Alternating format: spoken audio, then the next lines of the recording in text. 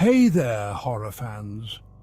Gather round, because I've got a bone-chilling tale from the heart of Alabama that you won't soon forget. This story begins in the small, sleepy town of Hartselle. In the 1800s, a woman named Eliza Thompson was accused of being a witch. Though she pleaded her innocence, the townsfolk were relentless. They hung her from an old oak tree on the outskirts of town. As she drew her last breath, she cursed every soul in Hartselle. Fast forward to present day. A group of teenagers, unaware of the town's dark history, decided to camp near that very oak tree one warm summer night. Among them was Emily, a girl who didn't believe in ghosts or curses.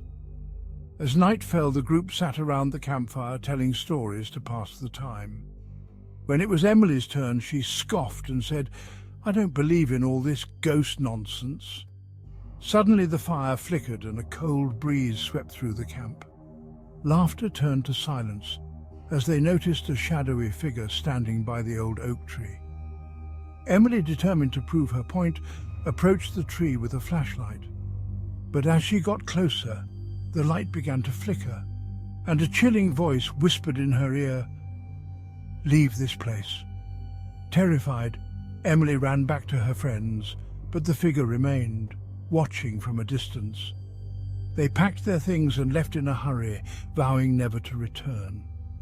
Weeks later, Emily began experiencing strange occurrences at home. Objects would move on their own, and she'd hear whispers in the dead of night. One evening, she glanced out her window and saw the same shadowy figure standing in her yard. Desperate for help, Emily researched the town's history and discovered Eliza's curse. She learned that the only way to break it was to return to the oak tree and offer an apology. With trembling hands, Emily went back to the tree, now alone. She whispered her apologies into the night, and for a moment the air grew still. The shadowy figure appeared one last time, nodded, and disappeared into the darkness. Emily never saw the figure again, but the experience left her forever changed. For more videos, make sure to like and subscribe to my channel at Spooky Stories.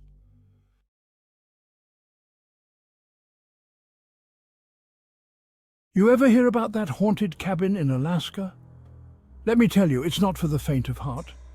Picture this, a remote log cabin nestled deep in the Alaskan wilderness. No neighbors for miles, just the sound of the wind howling through the pines. It starts with a young couple, Jake and Emily. They were looking for a getaway, some peace and quiet. They found an old cabin listed online. The price was almost too good to be true. They arrived at the cabin just before sunset. It was quaint, rustic, and completely off the grid. No cell service, no electricity, just them and the wild. The first night seemed normal enough, until around midnight. Emily woke up to a faint scratching sound, like nails on wood. Jake brushed it off, thinking it was just an animal. But the sound kept coming back, night after night, growing louder and more insistent. One evening, while Jake was chopping firewood, he noticed something odd. There were strange symbols carved into the trees surrounding the cabin, symbols he had never seen before. That night, the scratching turned into whispers. Low, guttural whispers that seemed to echo from the very walls of the cabin. Jake and Emily decided they had enough. They packed their things and prepared to leave the next morning. But as dawn approached, they realized their car wouldn't start. The battery was dead, even though it was brand new. Panic set in as they tried to find a way to contact help, but every attempt was futile. Desperation led them to explore the woods, hoping to find another cabin or maybe a trail. Instead, they found a graveyard. Old, forgotten tombstones covered in moss and nearly illegible. Emily felt a chill run down her spine as she read the dates, all from the early 1900s. That night, they heard it, a blood-curdling scream coming from the woods. It was followed by the sound of footsteps slowly approaching the cabin. Jake grabbed an old rifle they found in the cabin, but when he opened the door, nothing, just the dark, oppressive silence of the night. The next morning, a ranger found them huddled together in fear. They were safe, but they never spoke of what happened in that cabin. Some say the place is cursed, haunted by the spirits of those buried in the forgotten graveyard. Others believe it's something far more sinister. So if you ever find yourself in the Alaskan wilderness and stumble upon an old remote cabin, remember this story. And for more videos, make sure to like and subscribe to my channel at Spooky Stories.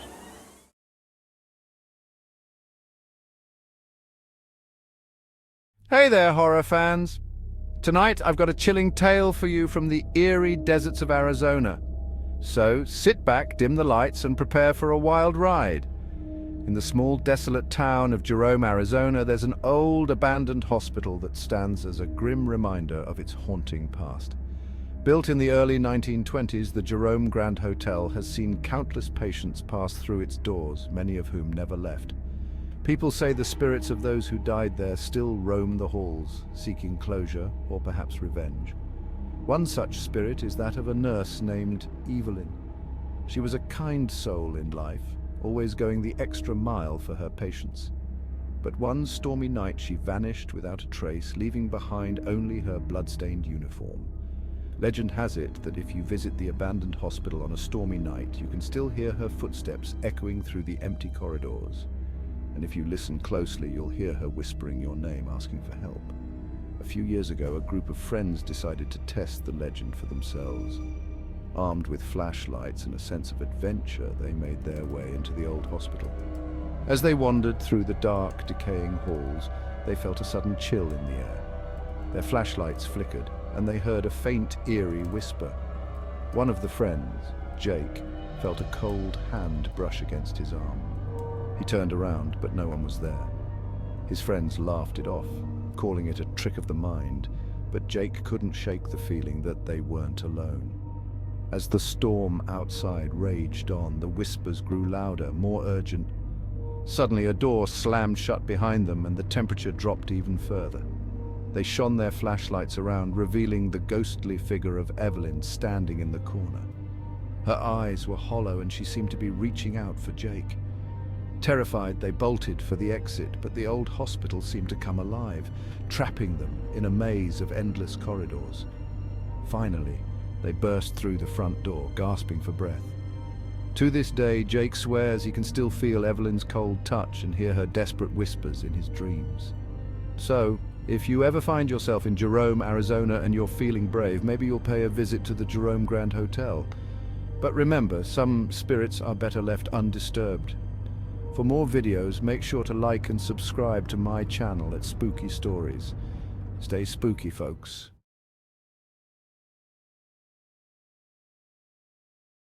Hey there, horror enthusiasts. Today I'm diving into one of the most spine-chilling ghost stories to come out of Arkansas. So, if you love a good scare, turn off the lights, sit back, and let's get into it. Our story begins in the small, seemingly peaceful town of Eureka Springs. Known for its Victorian buildings and serene landscapes, it hides a dark and eerie secret. The Crescent Hotel, often dubbed America's most haunted hotel, is the epicenter of our tale. Built in 1886, this grand hotel was once a haven for the rich and famous. But by the 1930s, it had fallen into disrepair and was bought by Norman Baker, a man with a dark past. Baker claimed to be a doctor, although he had no medical training. He turned the hotel into a hospital, promising miraculous cures for cancer.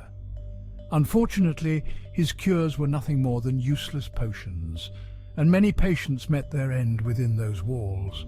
As the legend goes, the spirits of those who died under Baker's care still haunt the hotel. Guests have reported seeing ghostly apparitions, hearing disembodied voices, and feeling cold spots throughout the building. One of the most famous ghosts is that of Michael, an Irish stonemason who fell to his death during the hotel's construction. He's often seen in room 218, moving objects and making the lights flicker. Then there's Theodora, a nurse who worked at Baker's Hospital. She's known to introduce herself to guests before vanishing into thin air. Visitors have also reported seeing a ghostly cat prowling the hallways and strange, shadowy figures lurking in the basement. But perhaps the most chilling encounter is with the spirit of a little boy, named Brecky. Guests have heard his laughter echoing through the halls and have seen his ghost playing with toys in the lobby. His tragic story only adds to the hotel's haunted reputation. Brecky was a patient who never recovered from his illness and now seems to be stuck in the afterlife. So, if you ever find yourself in Eureka Springs, consider paying a visit to the Crescent Hotel. Just be ready to share your space with the restless spirits who call it home. Until next time, stay spooky.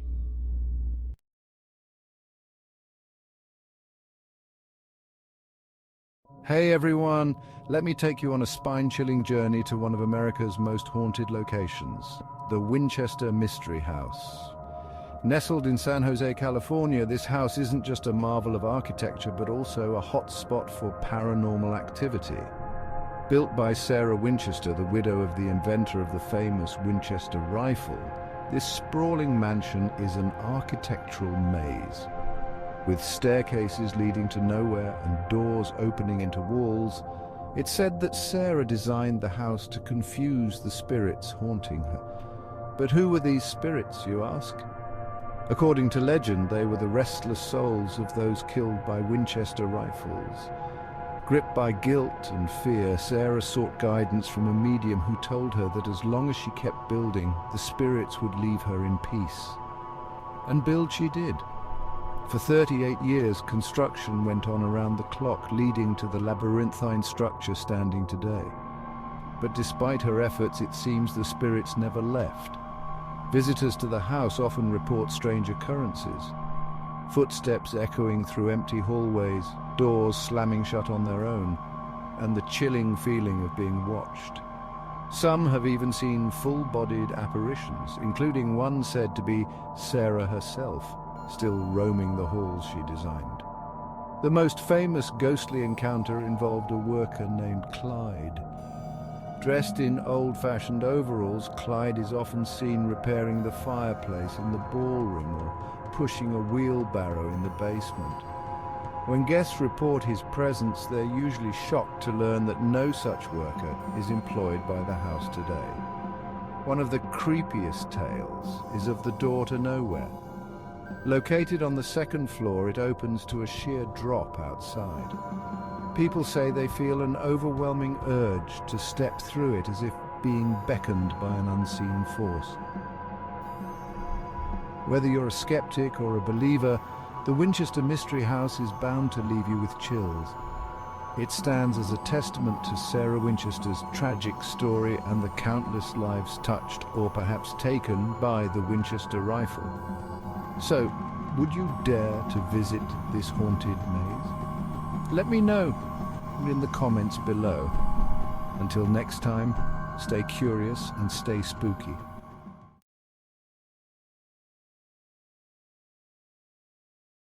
Hey there, horror fans. Today I've got a bone-chilling tale for you. Imagine this.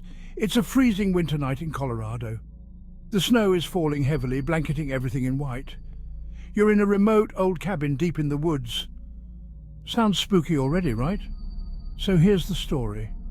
A few years back, a group of friends decided to spend a weekend in one of these cabins. They were looking for some peace and quiet, away from the hustle and bustle of the city. Little did they know they were in for a terrifying experience. It all started on their first night. They were gathered around the fireplace, sharing stories and laughing. Suddenly they heard a faint knocking at the door. Confused, they looked at each other, but nobody moved. The knocking grew louder and more urgent. One of them finally got up to check. But when he opened the door, there was nothing but the howling wind and swirling snow. They brushed it off as their imagination. But as the night went on, strange things started happening. They heard footsteps upstairs, even though they were all downstairs. Objects would move on their own. And then the whispers began. One of the friends, Sarah, claimed she saw a shadowy figure standing at the edge of the forest, just watching them. They all laughed it off, thinking she was just trying to scare them. But the look in her eyes said otherwise. By the second night, the atmosphere had changed. The cabin felt colder, darker and more oppressive. They decided to leave, but a snowstorm had trapped them. They were stuck. That night the knocking returned, louder and more frantic. Sarah suddenly screamed, pointing to the window. The shadowy figure was closer now, almost at the doorstep. They were all terrified. They spent the rest of the night huddled together, trying to stay awake. When morning finally came, the storm had passed, and they made a run for it. They never looked back. To this day, they still don't know what they encountered in that cabin. But one thing's for sure, those haunted winter nights in Colorado will stay with them forever. So if you're ever in the Colorado woods during winter, beware. You never know what might be lurking out there. Sweet dreams.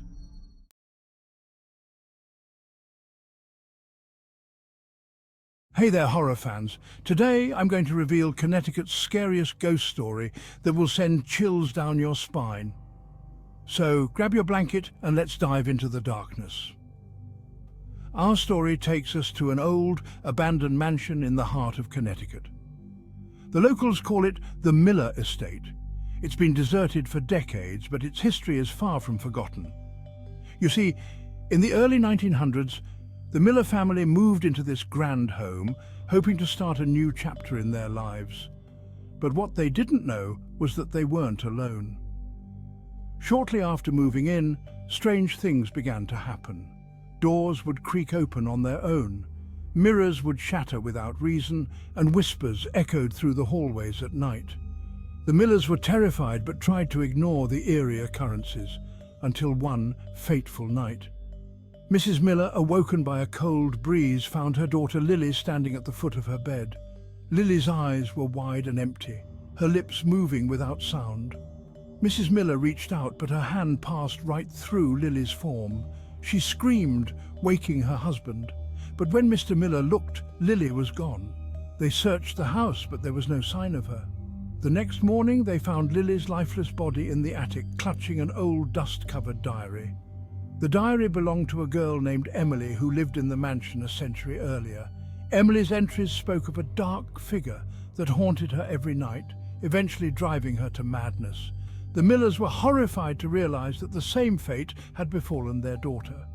Unable to cope with the loss and the haunting memories, the Millers fled the estate, leaving everything behind. To this day, locals swear they can still hear Lily's whispers and see ghostly figures in the windows. The Miller estate stands as a chilling reminder of a family's tragic end and the spirits that still linger. If you ever find yourself near the Miller estate, remember this story, and maybe, just maybe, you'll feel the cold touch of the past. For more videos, make sure to like and subscribe to my channel at Spooky Stories. Stay spooky, everyone.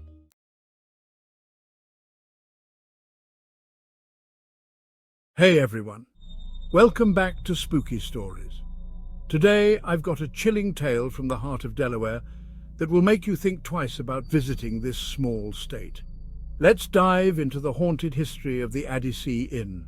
Located in Bethany Beach, the Addie C Inn is a quaint Victorian-style hotel that dates back to 1902, but don't let its charming exterior fool you. This place has been the source of countless eerie encounters. The story begins with the original owner, John Addie, who built the inn as a summer retreat for his family. Little did he know, the house would become a hotspot for paranormal activity. Rumor has it, Room 1 is haunted by the spirit of a young boy who drowned in the ocean. Guests have reported hearing the sound of laughter and running footsteps, only to find the room empty. Imagine waking up in the middle of the night to see a shadowy figure standing at the foot of your bed. Creepy, right? But that's not all. Room 6 is said to be haunted by the ghost of a former housekeeper. She's often seen cleaning the room, even though no one's there. And let's not forget Room 11, where guests have experienced sudden drops in temperature and the feeling of being watched. Some have even seen a ghostly figure sitting in the rocking chair by the window. The basement is another hot spot for paranormal activity. Staff members have heard strange noises and footsteps when no one else is around. One night, a security guard reported seeing a shadowy figure dart across the room only to vanish into thin air. What's more, the inn's piano has been known to play by itself, sending chills down the spine of anyone who hears it. Despite these terrifying tales, the Addie C Inn remains a popular destination for thrill seekers and ghost hunters alike. So if you're brave enough, book a stay and experience the paranormal for yourself. Just remember, you might not be alone. Thanks for tuning in to Spooky Stories. If you enjoyed this video, don't forget to like and subscribe to my channel at Spooky Stories for more spine-chilling tales. Sweet dreams if you can sleep.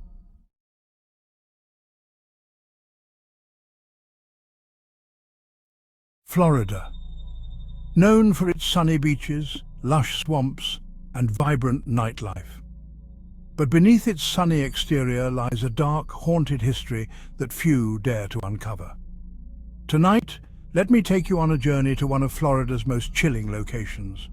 Our story begins in the quiet town of St. Augustine, one of the oldest cities in the United States. The town is riddled with whispers of ghostly apparitions and eerie occurrences, but none as spine-chilling as the tale of the old lighthouse. The St. Augustine Lighthouse stands tall, a beacon for ships navigating the treacherous waters. But at night, it transforms into something much more sinister. Local legend has it that the lighthouse is haunted by the spirits of 3 young girls who met a tragic end in the 1800s. These 3 sisters, the Pitti girls, were playing near the construction site of the lighthouse when a terrible accident occurred. They were inside a supply cart that broke loose and plunged into the water, claiming their lives. Ever since that fateful day, visitors have reported seeing ghostly figures of young girls playing around the lighthouse grounds. One particularly unsettling account comes from a night watchman named Daniel.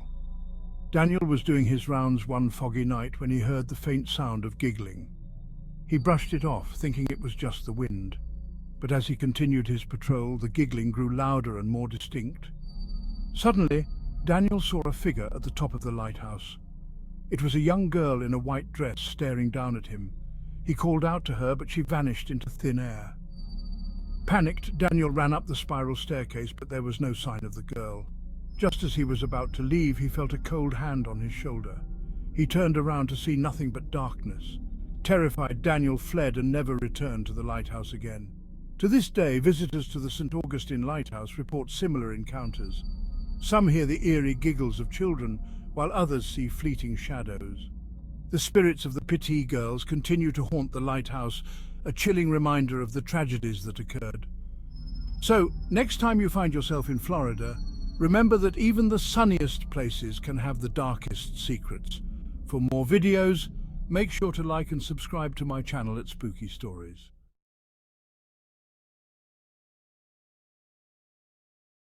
Hey, spooky fans! Today I've got a bone-chilling ghost story straight from the heart of Georgia. Grab a blanket, turn off the lights, and let's dive in. It all started in a small town called Dahlonega, known for its gold mining history. But beneath its quaint surface lies a sinister secret.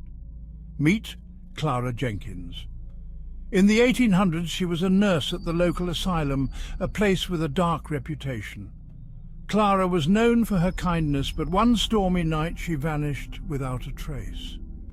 Years passed, and the asylum shut down, left to decay. Fast forward to 1995, when a group of friends decided to explore the abandoned building for a thrill. They didn't know what awaited them. As they wandered through the crumbling halls, they stumbled upon Clara's old quarters, untouched by time. A sudden chill filled the air. The temperature dropped, and they heard a faint whisper. One of the friends, Amanda, felt a cold hand brush her shoulder. She turned to see a shadowy figure in a nurse's uniform, her eyes hollow and sorrowful. It was Clara. She reached out as if pleading for help, but before Amanda could react, the figure vanished. The group fled, but Amanda couldn't shake the feeling that Clara was still with her. That night she dreamt of Clara, who revealed that she was trapped, searching for peace. The next day, Amanda returned alone, determined to uncover the truth. She found an old journal in Clara's room, detailing the horrors she witnessed and her unresolved sorrow. Amanda decided to hold a small memorial, hoping to bring Clara peace. As she lit a candle, she felt a warm presence and heard a soft whisper, "Thank you." The haunting stopped and Clara's spirit was finally at rest. So, next time you're in Dahlonega, remember Clara Jenkins, the nurse who found peace thanks to a brave soul. For more spine-tingling tales, make sure to like and subscribe to my channel at Spooky Stories. Stay spooky, my friends.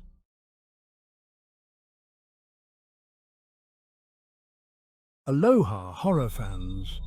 Today I've got a spine-chilling tale from the beautiful yet eerie islands of Hawaii. So gather around, dim the lights, and get ready for a spooky story that'll send shivers down your spine. Our story begins on the Big Island, where a young couple, Mike and Sarah, decided to explore the lush, remote terrains of the legendary Waipio Valley.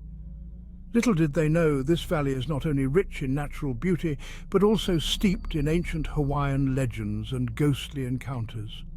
As they ventured deeper into the valley, they stumbled upon a secluded waterfall, rumoured to be haunted by the spirits of ancient Hawaiian warriors. The air grew thick and chilly, an unusual sensation in the tropical heat. Ignoring the eerie atmosphere, they decided to set up camp for the night. As darkness fell, an unsettling silence took over the valley. The only sounds were the whispers of the wind and the distant calls of nocturnal creatures. Suddenly Sarah heard faint drumming in the distance. Mike brushed it off as the wind, but Sarah felt a cold dread creeping into her bones. Hours passed, and the drumming grew louder, more persistent. Finally, curiosity got the better of them, and they decided to investigate. Armed with a flashlight, they followed the sound through the dense forest. The further they went, the louder and more rhythmic the drumming became. Suddenly the drumming stopped. They found themselves in a small clearing, bathed in the ghostly glow of the moonlight. To their horror, they saw shadowy figures, dressed in ancient Hawaiian garb, performing a haunting ritual. The warriors' eyes glowed with an otherworldly light, and their faces twisted in expressions of ancient anger and sorrow. Terrified, Mike and Sarah turned to run, but found the path behind them blocked by more spectral warriors. They were trapped. The spirits began to chant, their voices echoing through the valley like a sinister lullaby. Just when they thought it was the end, the spirits suddenly vanished, leaving behind a chilling silence. Mike and Sarah fled the valley, never looking back. To this day, they swear that the spirits of Waipio Valley still guard their sacred land, and woe to those who dare trespass. For more spine-tingling tales, make sure to like and subscribe to my channel at Spooky Stories. Until next time, stay spooky.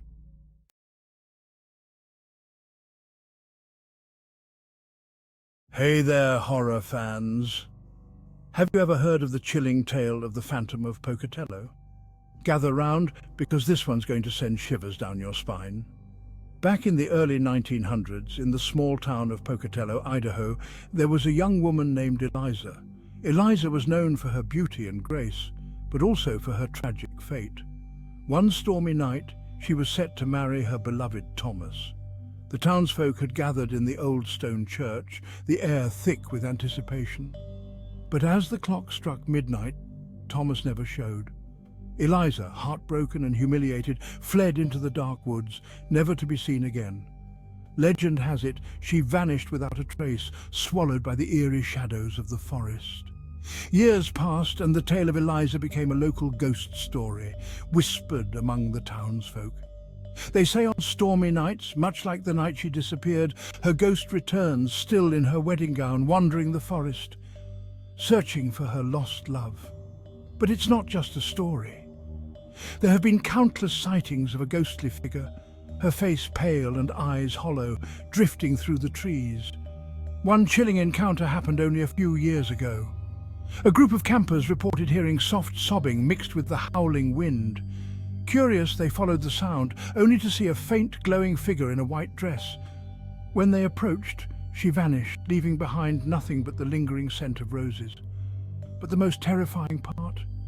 Some say if you lock eyes with Eliza's ghost, she will follow you home, haunting your dreams, whispering your name in the dead of night. So, if you ever find yourself in Pocatello on a stormy night, beware. You might just come face to face with the Phantom of Pocatello. For more videos, make sure to like and subscribe to my channel at Spooky Stories. Until next time, stay spooky.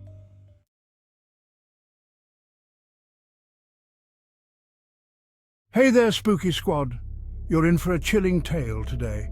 This is the story of the haunted Ashmore Estates in Illinois.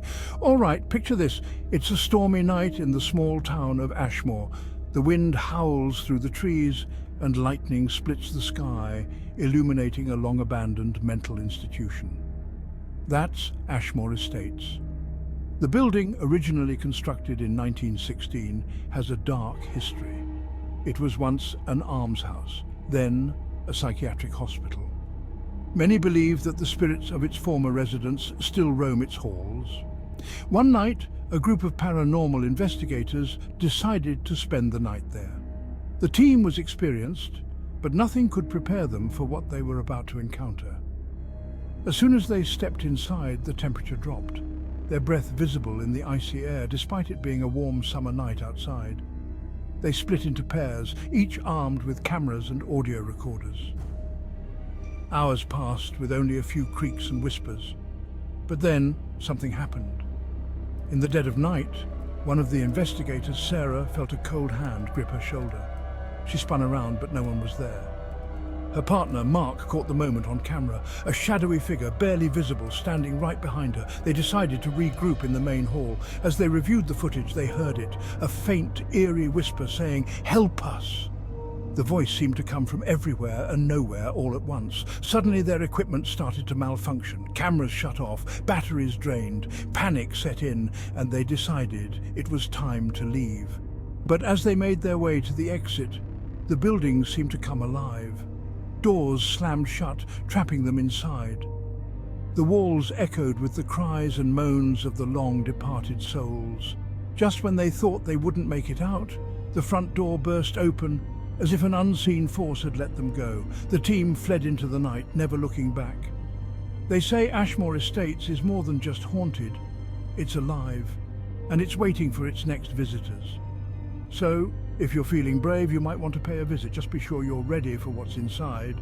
For more videos, make sure to like and subscribe to my channel at Spooky Stories.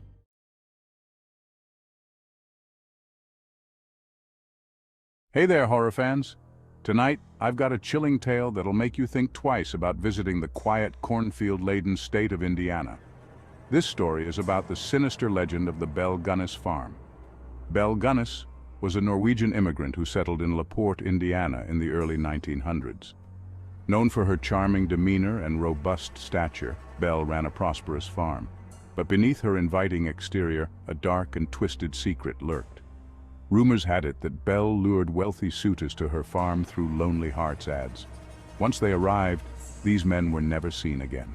The townsfolk whispered about Belle's potential involvement, but without proof, she remained untouchable. In 1908, Belle's farmhouse mysteriously burned to the ground. When the authorities searched the charred ruins, they made a gruesome discovery. Human remains, lots of them. It turned out Belle had been killing her suitors and burying their dismembered bodies around the property. But here's where it gets even more spine-chilling. Among the remains, they found the body of a headless woman, presumed to be Belle herself. But many believe it wasn't her. Some say she faked her own death and vanished into the night, never to be seen again. Even today, the Belle Gunness farm remains a place of eerie fascination. Locals claim to see ghostly apparitions wandering the grounds. They report hearing disembodied voices and feeling an overwhelming sense of dread. Some even say Belle's restless spirit still roams, searching for her next victim. So, if you ever find yourself in LaPorte, Indiana, and you feel an eerie chill, it might just be Belle watching you from the shadows. Remember, some ghosts never rest. For more videos, make sure to like and subscribe to my channel at Spooky Stories. Stay spooky, everyone.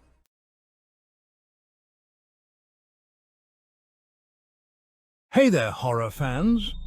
Gather around because I've got a spine-chilling tale straight from the heart of Iowa. This is the story of the old Blackwell Mansion, an abandoned house that sits on the outskirts of a small, quiet town. Legend has it the Blackwell Mansion was once the home of a wealthy family in the early 1900s. They were known for their extravagant parties and opulent lifestyle. But one night, everything changed. A fire broke out, trapping the family inside. No one survived. Since then, the mansion has stood empty, decaying with each passing year. But locals say it's far from uninhabited. They speak of ghostly apparitions and eerie noises that emanate from the old mansion at night. Some even claim to have seen the spirits of the Blackwell family wandering the grounds.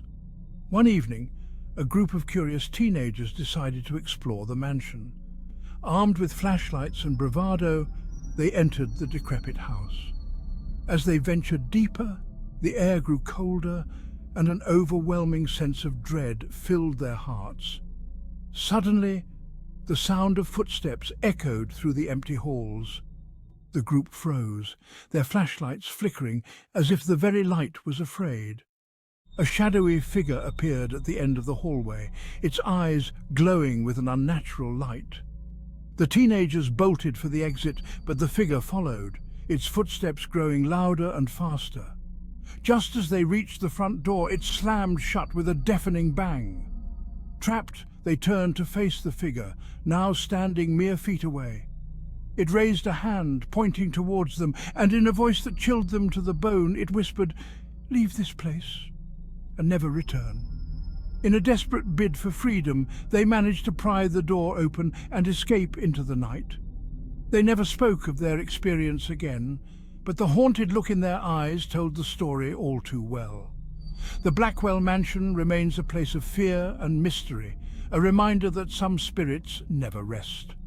For more videos, make sure to like and subscribe to my channel at Spooky Stories.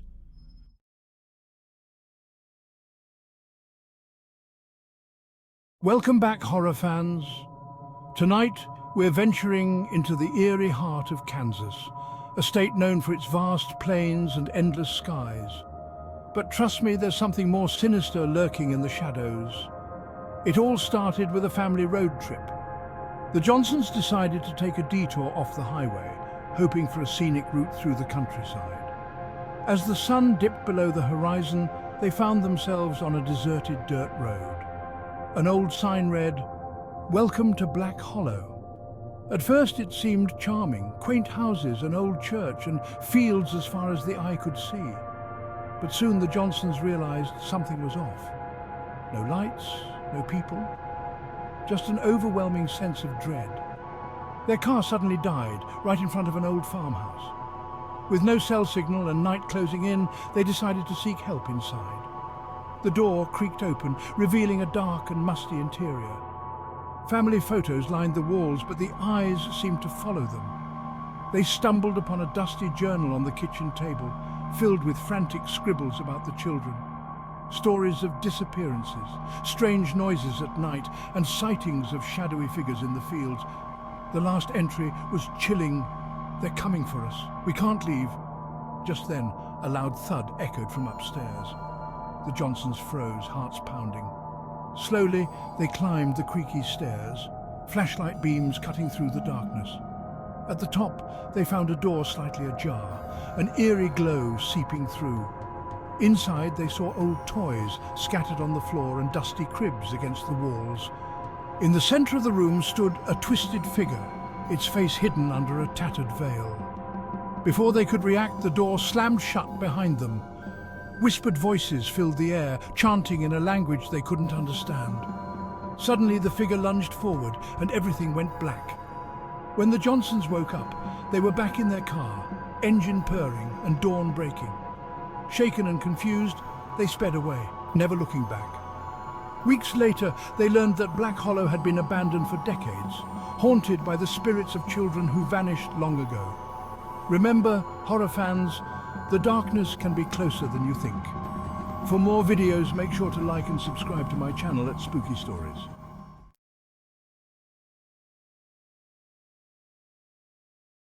Hey, everyone! Today, I've got a chilling tale that's sure to send shivers down your spine. We're diving into the eerie halls of Waverly Hills Sanatorium, one of the most haunted places in America. Built in 1910 in Louisville, Kentucky, Waverly Hills originally served as a tuberculosis hospital. Thousands of patients passed through its doors, and sadly, many never left. It said their spirits still roam the halls, and the stories from inside are the stuff of nightmares. One of the most famous spirits is Mary Lee, a nurse who worked at Waverly Hills. Legend has it, she took her own life in room 502, hanging herself from a light fixture. Visitors often report seeing her ghostly figure in the window, or feeling an icy chill as they pass the room. But Mary Lee isn't the only one haunting these halls. There's also Timmy, a little boy who loved playing with a leather ball. Many have heard the echoes of a ball bouncing down the decaying hallways, only to find nothing there when they investigate. Some even say Timmy will roll a ball back if you bring one for him. Perhaps the most terrifying area is the body chute. This grim tunnel was used to discreetly transport bodies out of the hospital, to avoid demoralizing the other patients. It's a long, dark and narrow descent that seems to swallow all light, and many have reported feeling an overwhelming sense of dread while walking through it. The death toll at Waverly Hills was staggering, and it's no wonder many spirits might still be tied to the place. Investigators have recorded countless EVPs, or electronic voice phenomena, and some have even captured ghostly apparitions on camera. If you're brave enough to visit, remember to be respectful of the restless spirits. Waverly Hills is now private property, and they offer guided tours for those curious about its haunted history. But be warned, you might not leave alone. Thanks for watching, and if you enjoyed this spooky tale, hit that like button and subscribe for more chilling stories. Sleep tight and this is your channel name signing off.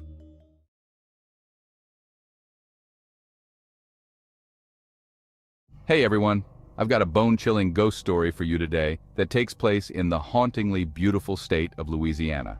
So, turn off the lights, sit back, and get ready to be spooked.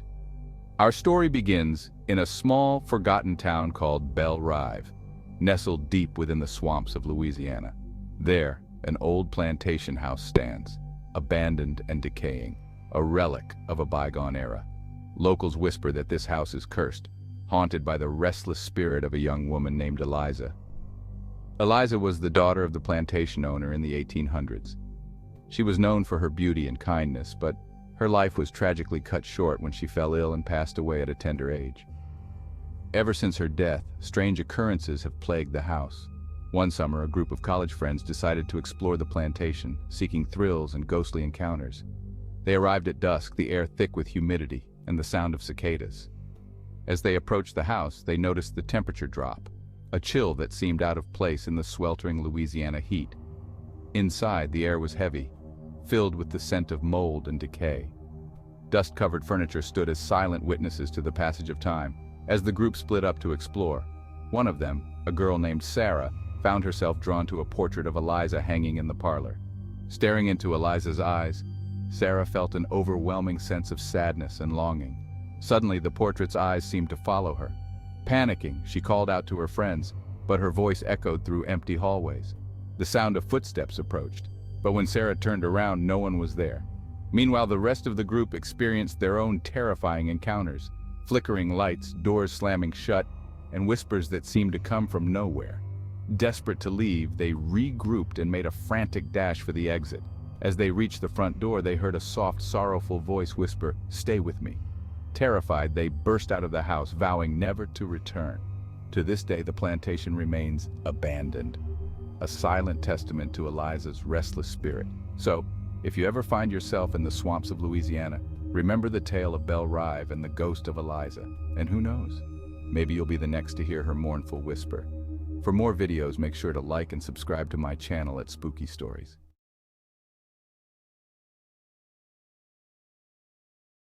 Hey everyone. Today I've got a spine-chilling tale from the eerie woods of Maine. Picture this, a small fog-covered town named Hollow Brook. It's the kind of place where stories of the past are whispered, not spoken. Let's dive right in. Jesse, a local high school history teacher, was known for his curiosity about the town's dark past. One evening, he decided to explore the abandoned Silas Mansion, a place rumored to be haunted by the spirit of Eliza Silas. Eliza, was the youngest daughter of the town's wealthiest family who mysteriously vanished in 1892. Some say her spirit never left the mansion. Armed with nothing but a flashlight and his courage, Jesse entered the creaky old house. The air inside was thick with dust and the scent of decay. As he carefully stepped into the grand foyer, he heard the faint sound of a piano playing upstairs. Jesse's heart pounded in his chest, but his curiosity pushed him forward. He ascended the staircase, each step echoing through the empty halls. The music grew louder, more haunting. Reaching the master bedroom, he saw an old piano in the corner, and there, sitting at the piano, was a translucent figure in a white dress. His breath caught in his throat. It was Eliza. She turned to face him, her eyes filled with sorrow. She whispered, "He never found me." Jesse felt a chill run down his spine.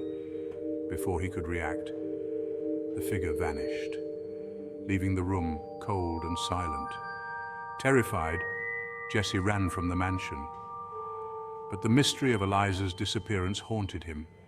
He spent months researching. And one day he discovered an old diary hidden in the town's library. It belonged to Eliza. The last entry read, "Father will never find me here, not in the piano room." The realization hit him. Eliza had hidden from her tyrannical father in the piano room, but never escaped. Her spirit was trapped there, waiting to be found. Jesse returned to the mansion, determined to set her spirit free. He conducted a séance, and finally, Eliza's spirit was released, leaving the mansion in peace. So if you ever find yourself in Hollowbrook, remember, the spirits of the past are never too far away. For more videos, make sure to like and subscribe to my channel at Spooky Stories. Thanks for watching, and stay spooky.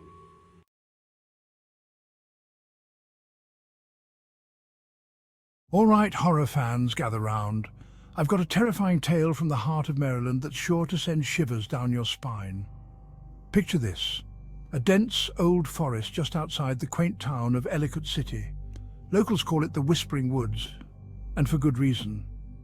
Years ago, a young woman named Sarah moved to Ellicott City to start fresh. She was an avid hiker and loved exploring new trails. One misty morning, Sarah decided to venture deep into the Whispering Woods. The forest was eerily quiet, save for the occasional rustle of leaves and distant bird calls. As she walked, she felt an unsettling presence, like someone was watching her. Hours passed, and Sarah realized she was hopelessly lost. The sun had dipped below the horizon, and darkness enveloped the forest. Panic set in, but she pressed on, hoping to find a familiar path. Suddenly, she stumbled upon an old, decrepit cabin, half hidden by overgrown vines. Desperate for shelter, she decided to investigate. The door creaked loudly as she pushed it open. Inside, the air was thick with dust and decay. She found an old oil lamp and managed to light it, casting a dim glow around the room. There were strange symbols carved into the walls and floor, and the furniture was covered in claw marks. Sarah's heart raced as she realized she wasn't alone. A faint whisper echoed through the cabin, growing louder and more frantic. "Get out! Get out!" Terrified, Sarah turned to leave, but the door slammed shut behind her. She was trapped. The whispers grew into agonized screams, and shadows danced around her, closing in. In a desperate bid for survival, Sarah smashed a window and scrambled out, cutting herself on the broken glass. She ran blindly through the forest, ignoring the pain and the blood. The screams followed her, relentless and horrifying. Just as she thought she couldn't run any longer, she burst out of the woods and into a clearing. Panting and terrified, she looked back. The forest was silent again, the cabin nowhere to be seen. Sarah never spoke of what she experienced in the Whispering Woods, but she moved away from Ellicott City shortly after. Some say the forest still whispers, calling out to those brave or foolish enough to enter. So, if you ever find yourself near Ellicott City, beware the Whispering Woods. You might just become its next ghost story. For more videos, make sure to like and subscribe to my channel at Spooky Stories. Thanks for watching.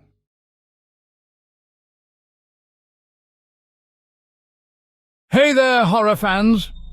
Today I've got a story that will send shivers down your spine. Settle in, because we're diving into Salem's dark secret. It all began in the fall of 1692. The air was crisp and the leaves crunched underfoot. But something sinister lurked in the shadows of Salem. Elizabeth Palmer was a young woman of 24, known around town for her kind heart and gentle spirit. That all changed one fateful night. One evening Elizabeth was walking home from the market, the moon casting an eerie glow over the cobblestones. She passed by the old abandoned church at the edge of town. The locals whispered it was a place of dark magic, but Elizabeth never paid it much heed. As she walked by, she heard a faint whisper. She stopped and looked around, but saw no one. The whisper grew louder, more insistent. "Elizabeth," it called. Against her better judgment, she approached the church's heavy wooden door. Inside, the air was thick with the scent of decay and mould. Elizabeth felt a chill down her spine, but she pressed on. At the end of the aisle stood a figure cloaked in shadows. The whispering stopped, replaced by an oppressive silence. "Who are you?" Elizabeth managed to ask, her voice trembling. The figure stepped forward, revealing a skeletal face, hollow eyes glowing with an otherworldly light. "I am the Keeper of Secrets," it rasped. Elizabeth tried to run, but the door slammed shut behind her. The Keeper's bony hand reached out, and Elizabeth felt herself rooted to the spot. "You must uncover Salem's dark secret," the Keeper intoned, "or be lost to the shadows forever." With that, Elizabeth was thrust into a nightmarish vision. She saw the townsfolk, their faces twisted in terror. They were being hunted not by witches, but by something far worse. A creature born of the town's darkest deeds. Elizabeth awoke, drenched in sweat, back at her home. The vision haunted her every step. She knew she had to find the truth before it was too late. So remember, horror fans, the next time you're in Salem, tread carefully, because the town holds secrets that are best left buried. Or you might just find yourself face to face with the Keeper. Stay spooky, and until next time.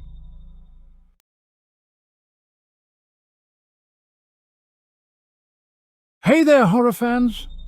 I've got a spine-chilling tale from the depths of Michigan that will have you sleeping with the lights on tonight.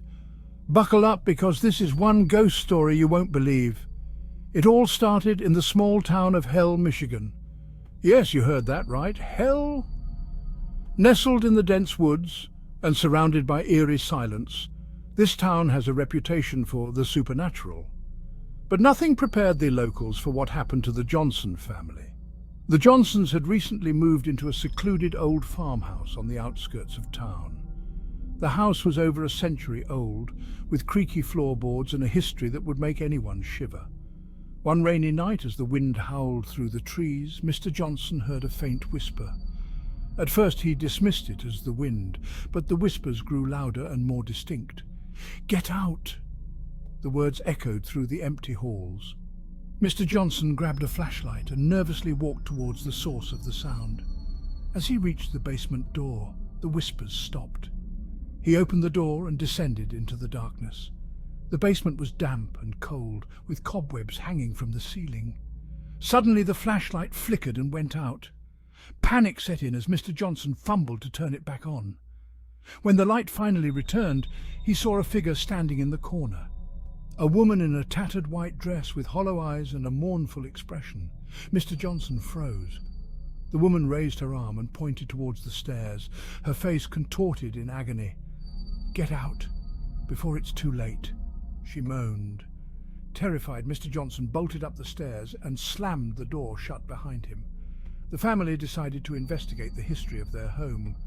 They discovered that in the late 1800s a woman named Elizabeth had lived there. She was accused of witchcraft and tragically hanged in the basement. Her spirit was said to haunt the house, warning those who dared to reside there. Determined to put Elizabeth to rest, the Johnsons held a séance, hoping to communicate with her spirit. As they sat around the table, candles flickered and the room grew colder. A chilling voice filled the air. Leave this place, or suffer her fate. The Johnsons couldn't ignore the warning any longer. They packed their bags and left the house that very night. The farmhouse still stands, a dilapidated reminder of the horrors that once occurred within its walls. Some say Elizabeth's spirit still roams the halls, waiting to warn the next unsuspecting family. So, next time you find yourself driving through Hell, Michigan, beware of the old farmhouse on the edge of town. It might just be more than you bargained for. Thanks for watching, horror fans. For more videos, make sure to like and subscribe to my channel at Spooky Stories. Stay spooky.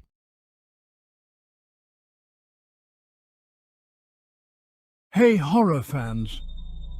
Today I'm taking you to the chilling heart of Minnesota, where one of the most terrifying ghost stories takes place. Grab your blankets and turn off the lights, because this is one tale that will send shivers down your spine. Our story begins in the small town of Anoka, known as the Halloween capital of the world. It's a town with a spooky reputation, but nothing could prepare the locals for what happened at the old Grayson house. Built in the early 1900s, the Grayson house had always been the subject of local legends. It was said to be haunted by the spirit of Clara Grayson, a young woman who tragically died on her wedding night. According to the legend, Clara was left waiting at the altar, abandoned by her groom, who vanished without a trace. Heartbroken and humiliated, Clara took her own life in the attic of the house. For decades, the house remained empty, slowly decaying as nature took over. But in 1996, a young couple, the Parkers, decided to move in and restore the old mansion to its former glory. Little did they know, they were not alone. Almost immediately, strange things began to happen. Footsteps echoed in empty hallways, doors creaked open on their own, and the sound of a woman sobbing could be heard late at night. The Parkers tried to ignore these occurrences, chalking them up to the house settling. But the activity only escalated. One night, Mrs. Parker woke up to find a figure standing at the foot of her bed.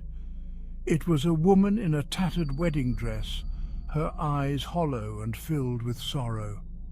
Mrs. Parker screamed, but the figure vanished into thin air. Shaken, the Parkers decided to leave the house the next day. But as they were packing, Mr. Parker found an old diary hidden in the attic. It belonged to Clara Grayson and detailed her heartbreak and descent into madness. The last entry read, "He will return to me, and we will be together forever." Disturbed by the diary, the Parkers left the house, never to return. The Grayson house remains abandoned to this day, a decaying monument to a love lost and a spirit that never found peace. Many locals still report seeing a woman in a wedding dress wandering the grounds, forever searching for her lost groom. So next time you find yourself in Anoka, remember the story of Clara Grayson and the haunted Grayson house. And if you hear the sound of footsteps behind you, you might want to run. For more videos, make sure to like and subscribe to my channel at Spooky Stories. Thanks for watching.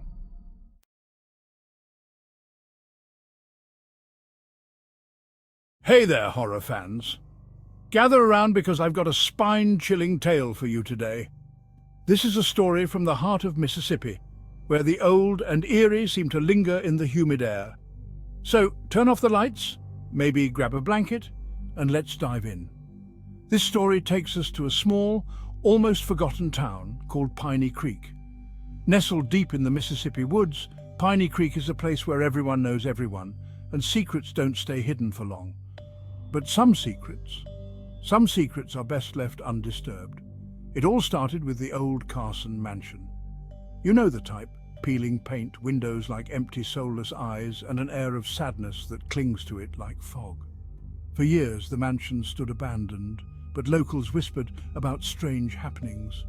Flickering lights, ghostly figures, the usual creepy stuff. But the real terror began when the Hendricks family moved in.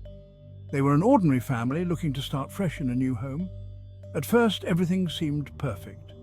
Until one night, Little Emily Hendricks started talking to someone who wasn't there. Her parents brushed it off as an imaginary friend. But Emily insisted it was a little boy named Samuel, who lived in the mansion long ago. Samuel, she said, had a secret he wanted to share.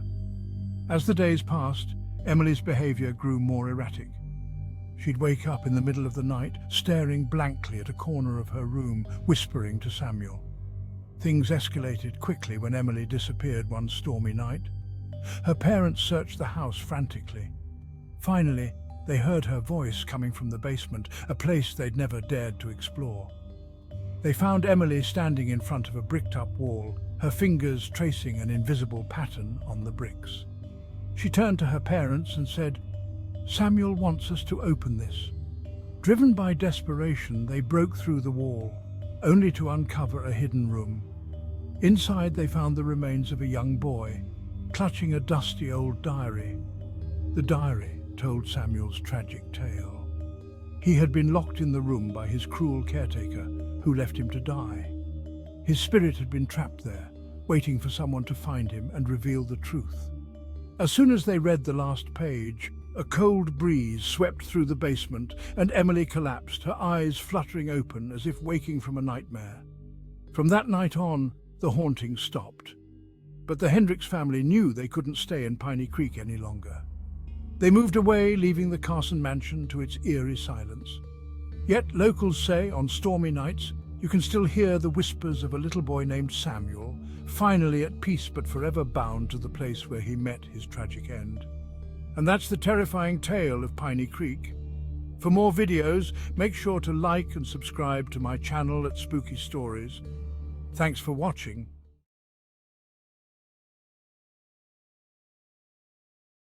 Stop doing what you're doing and listen to this chilling tale from Missouri, deep in the heart of Missouri. In a town forgotten by time, there stands an old, decrepit mansion. Local legend speaks of a woman clad in white who roams its halls at midnight. They say her name is Eliza, a bride left at the altar whose sorrow turned to madness. One stormy night, a group of thrill-seekers ventured into the mansion. As the clock struck 12, the air grew colder, and Eliza's wailing cries echoed through the corridors. The group felt an icy grip, and one by one, they vanished without a trace. To this day, only the brave dare enter, and few ever return. So, if you find yourself in Missouri, remember Eliza's tale and tread carefully. For more videos, make sure to like and subscribe to my channel at Spooky Stories. Thanks for watching.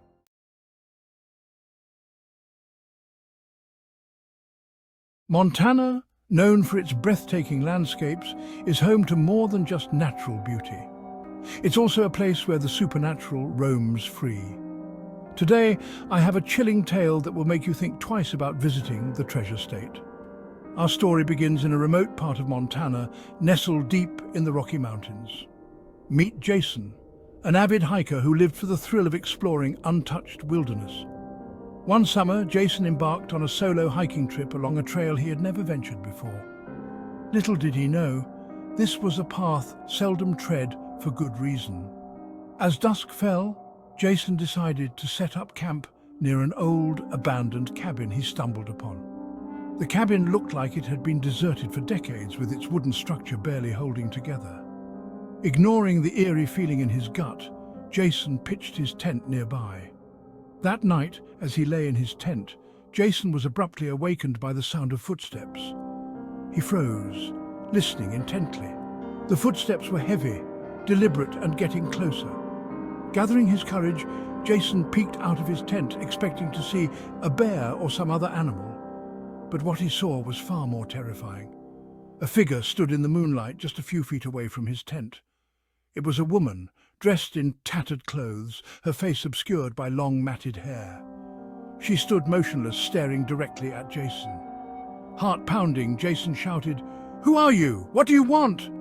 The woman did not respond. Instead, she slowly raised her arm, pointing towards the old cabin. Jason grabbed his flashlight and cautiously approached the cabin.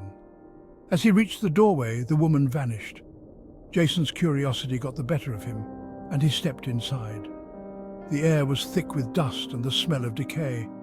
In the center of the room, Jason saw an old, rotting chest. He hesitated, but something compelled him to open it. Inside the chest were old photographs and letters, all depicting the same woman he had seen outside. The letters revealed a tragic story of love and loss. The woman named Evelyn had lived in the cabin with her husband many years ago. One fateful winter, a snowstorm trapped them inside and they slowly succumbed to starvation. Evelyn's husband had gone mad and ended her life before taking his own. Just then, Jason felt a cold hand on his shoulder. He spun around, but there was no one there. Panicking, he grabbed the chest and ran out of the cabin back to his tent.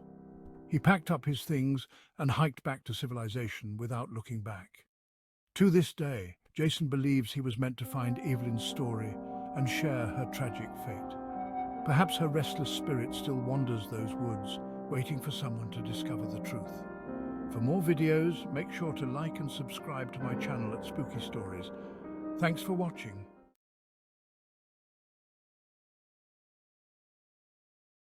Hey there, horror fans! Gather round for a chilling tale straight from the heartland. This is the terrifying ghost story of Lincoln, Nebraska. In the late 1800s, Lincoln was a booming railroad town. Amongst the hustle and bustle stood the Grand Lancaster Hotel. A beacon for weary travelers, it had a dark secret. Clara, a young maid, worked tirelessly to support her family. She was loved by guests for her kind demeanor, but not everyone had good intentions. One stormy night, Clara was sent to deliver fresh linens to room 213. As the thunder roared and lightning split the sky, she hesitated at the door. Whispers of the room being cursed had always floated around. But duty called. She entered, her candle flickering in the drafty hallway. The room was icy cold, an unusual chill for July. Clara set the linens down and turned to leave, but the door slammed shut behind her. Panic gripped her heart as she struggled to open it, but it wouldn't budge.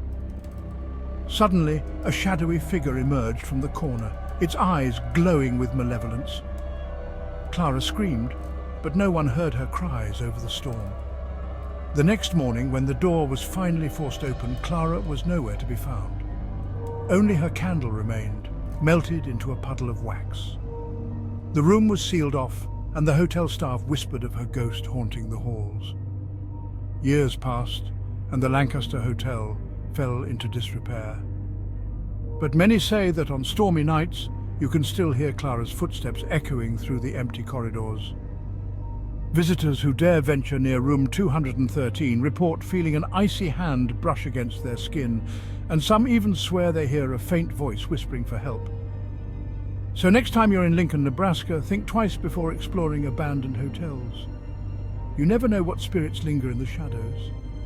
Thanks for tuning in, and make sure you like and subscribe to my channel at Spooky Stories for more videos. Until next time, stay spooky.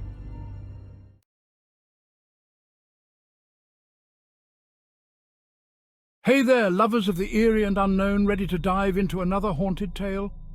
Today I'm taking you to the heart of Nevada, a place where the desert meets the supernatural picture. This, a small, forgotten mining town called Gold Creek. Once bustling with life during the gold rush, it's now nothing but a ghost town. Literally meet Sarah, a young woman in search of adventure and maybe a little treasure. She'd heard the stories of Gold Creek's haunted past, but brushed them off as old wives' tales. So, one bright morning, she packed her gear and set off to explore the abandoned town.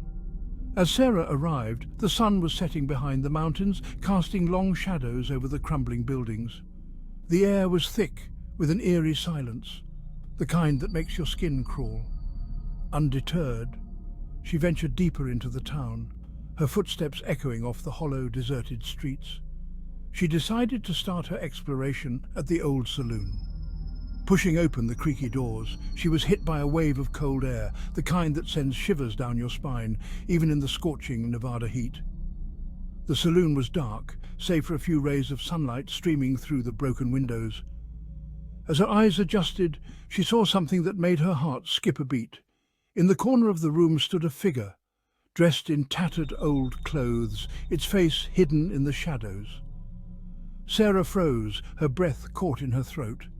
The figure didn't move, didn't make a sound. Gathering her courage, she called out, "Hello, is anyone there?" No response. Slowly, she took a step closer, and then another. As she got nearer, the figure seemed to dissolve into thin air. Sarah blinked, unsure if her mind was playing tricks on her.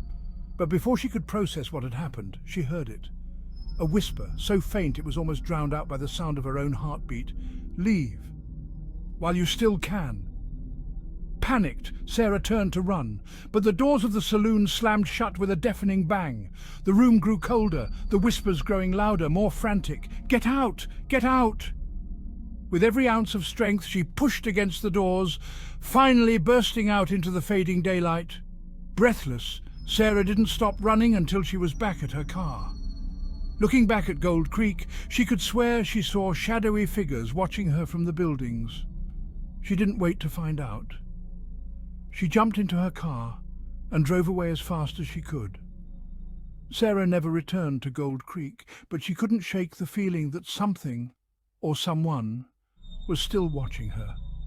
Even now, as she lays in bed at night, she can sometimes hear those whispers, "Leave, while you still can." Thanks for joining me on this haunted journey to Nevada. If you enjoyed this story, make sure to like and subscribe to my channel at Spooky Stories for more spine-tingling tales. Thanks for watching.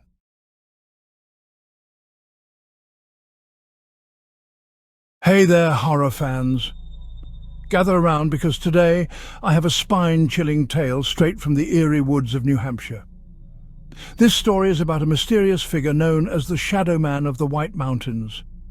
So, dim the lights, sit back, and get ready to be spooked. It all starts with a couple, Tom and Lisa, who decided to spend their anniversary weekend in a quaint cabin in the White Mountains. The cabin was secluded, surrounded by dense forest, and had no other human presence for miles. Just the perfect spot for a romantic getaway, or so they thought.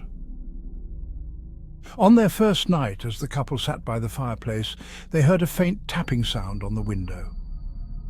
Tom brushed it off, thinking it was just a tree branch swaying in the wind. However, the tapping continued, growing louder and more persistent. Curiosity got the best of Lisa. She walked over to the window and peeked outside. Her heart skipped a beat when she saw a dark silhouette standing just beyond the tree line, watching them. They tried to ignore it, but the unease settled in. The next day, they decided to hike through the woods to shake off the creepy feeling from the previous night. As they ventured deeper into the forest, Tom noticed something peculiar. He found strange carvings on the trees, symbols and markings that neither of them could decipher. A sense of dread began to creep over them. By dusk, they decided to head back to the cabin. The sun was setting, casting long, ominous shadows through the trees. As they approached the cabin, Lisa froze. There, standing at the edge of the forest, was the same dark figure from the night before. Only this time it was closer. Much closer. Terrified, they rushed inside and locked all the doors and windows. The night was eerily silent until the clock struck midnight. Suddenly the tapping returned, but this time it was coming from all around the cabin. A cold chill ran down their spines as they realized they were not alone. Tom grabbed a flashlight and cautiously opened the front door. The beam of light cut through the darkness, revealing nothing but the empty forest. Relieved, he turned to go back inside when he felt a cold breath on his neck. He spun around and came face to face with the Shadow Man. Its eyes were hollow and it emanated a darkness that seemed to absorb all light.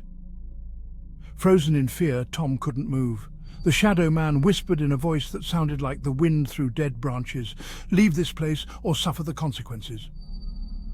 Then, just as quickly as it appeared, it vanished into the night. The couple didn't waste a second. They packed their belongings and fled the cabin, never to return. To this day, the Shadow Man of the White Mountains remains a mystery. Some say he is the spirit of a cursed hermit, while others believe he is an ancient guardian of the forest, protecting it from intruders. What do you think? Would you dare to spend a night in the White Mountains after hearing this story? For more videos, make sure to like and subscribe to my channel at Spooky Stories. Thanks for watching.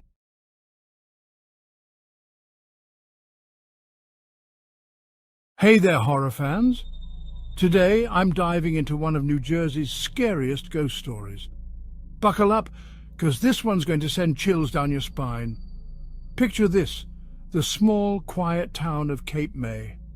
Known for its beautiful Victorian houses and serene beaches, it seems like the perfect getaway.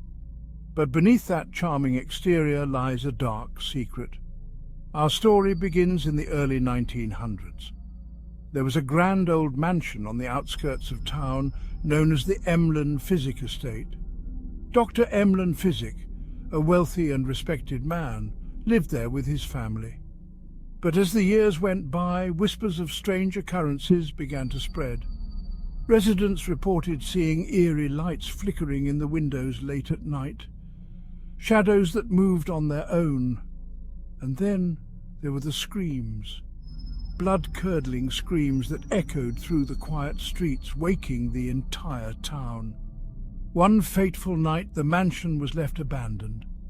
The family vanished without a trace, and no one dared to enter the cursed house.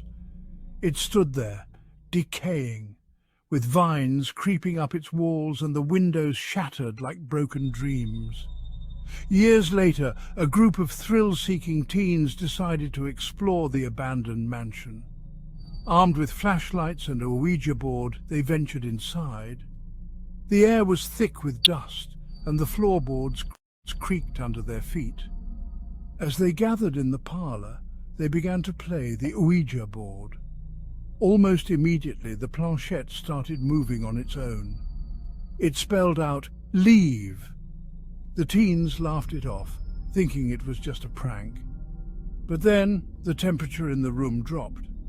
Their breath became visible, and an overwhelming sense of dread filled the air. Suddenly one of the girls screamed. She claimed to see a figure standing in the doorway. Pale and gaunt, its eyes were hollow pits of darkness.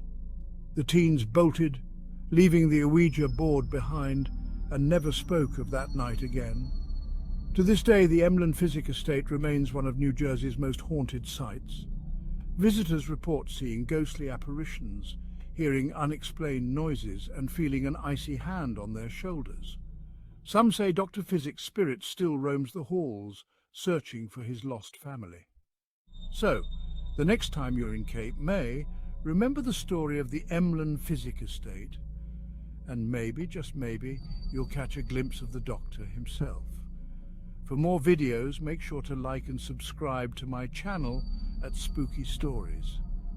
Thanks for watching. Hey everyone! I've got an absolutely spine-chilling story for you today. This is the tale of an alien encounter that'll make your skin crawl, so buckle up. It all began on a quiet, warm summer night in 1997. Sarah, an avid stargazer, was out in her backyard with her telescope.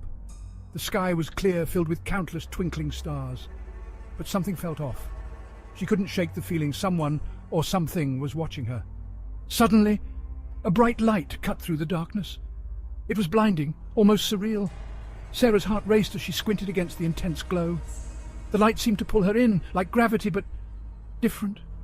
She couldn't move, couldn't speak. Before she knew it, everything went black. When Sarah came to, she found herself in a cold, metallic room. The air was thick with an unfamiliar, unsettling scent. Panic set in as she realized she was not alone. Around her were figures, tall and slender with large, haunting eyes. They communicated without words, filling her mind with images and emotions. Fear, curiosity, and an overwhelming sense of being studied. They were aliens. Sarah couldn't comprehend what was happening. They seemed to be examining her, probing her mind and body with advanced technology she couldn't begin to understand. Time felt distorted. Minutes felt like hours, hours like days. Just as abruptly as it began, it was over. Sarah found herself back in her backyard, the night sky as calm and quiet as ever. She looked around in disbelief, the only evidence of her ordeal, a small circular burn mark on the grass where the light had touched down. Shaken but determined, Sarah searched for answers. She discovered others with similar stories, people who had experienced the same eerie light, the same terrifying figures. They all had the same lingering question: why them? To this day, Sarah's encounter remains a mystery. Was it a dream, a hallucination, or a genuine alien abduction? The truth is out there, but it eludes us. Remember, the next time you're out stargazing, keep an eye on the sky. You never know what or who might be watching. Thanks for tuning in. If you enjoyed this story, hit that like button and subscribe for more spine-tingling tales. Until next time, stay curious, stay safe.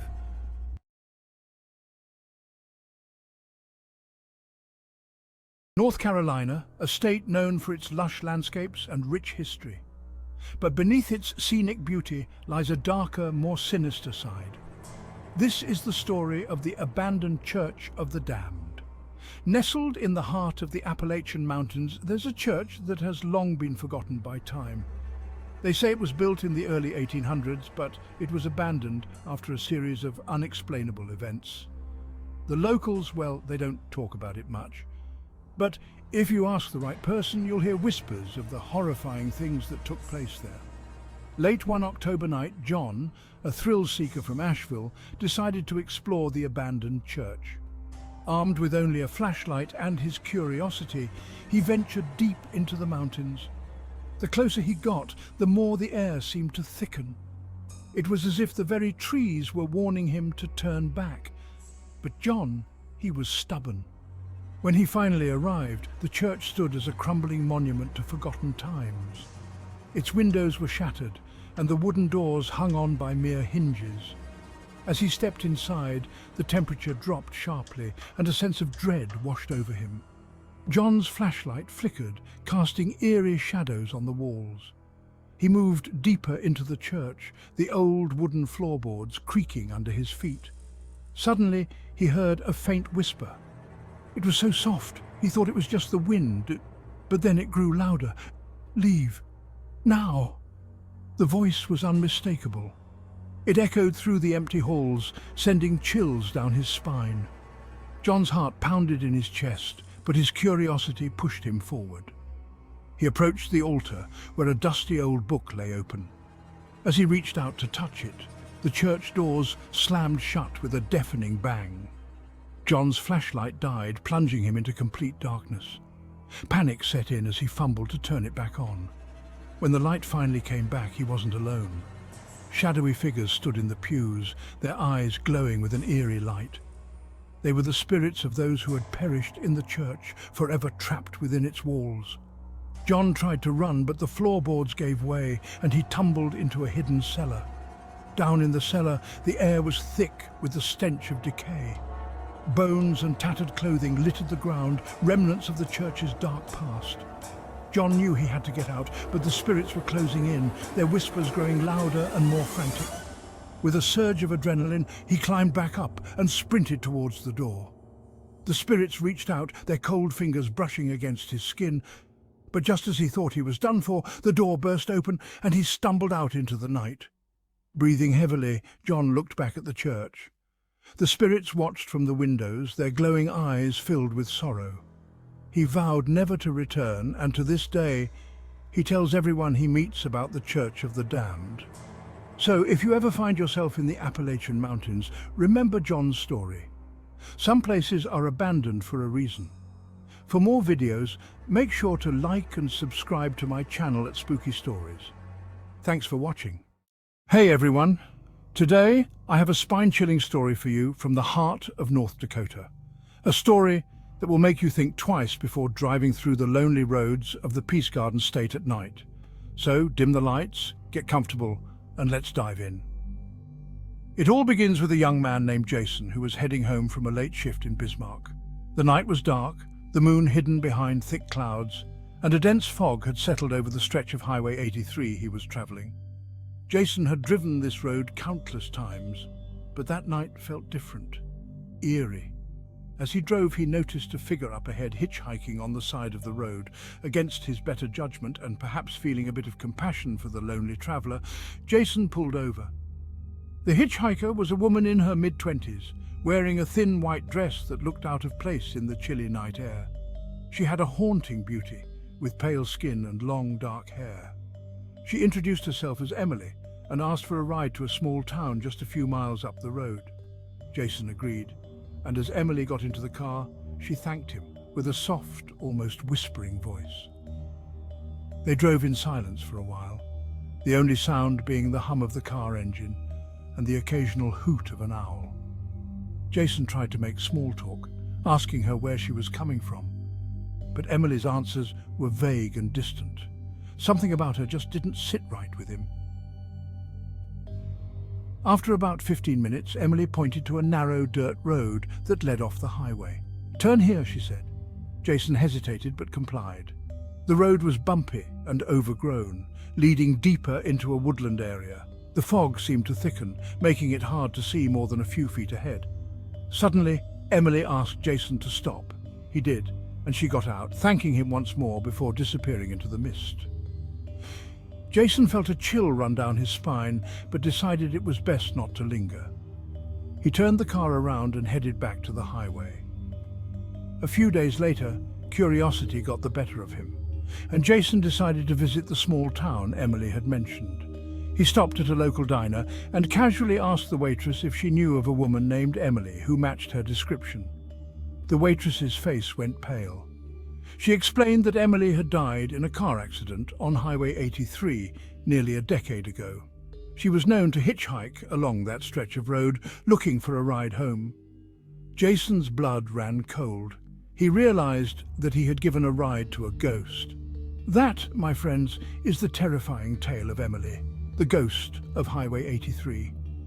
If you ever find yourself driving through North Dakota at night, keep an eye out for hitchhikers. You never know who or what you might encounter. For more videos, make sure to like and subscribe to my channel at Spooky Stories. Thanks for watching.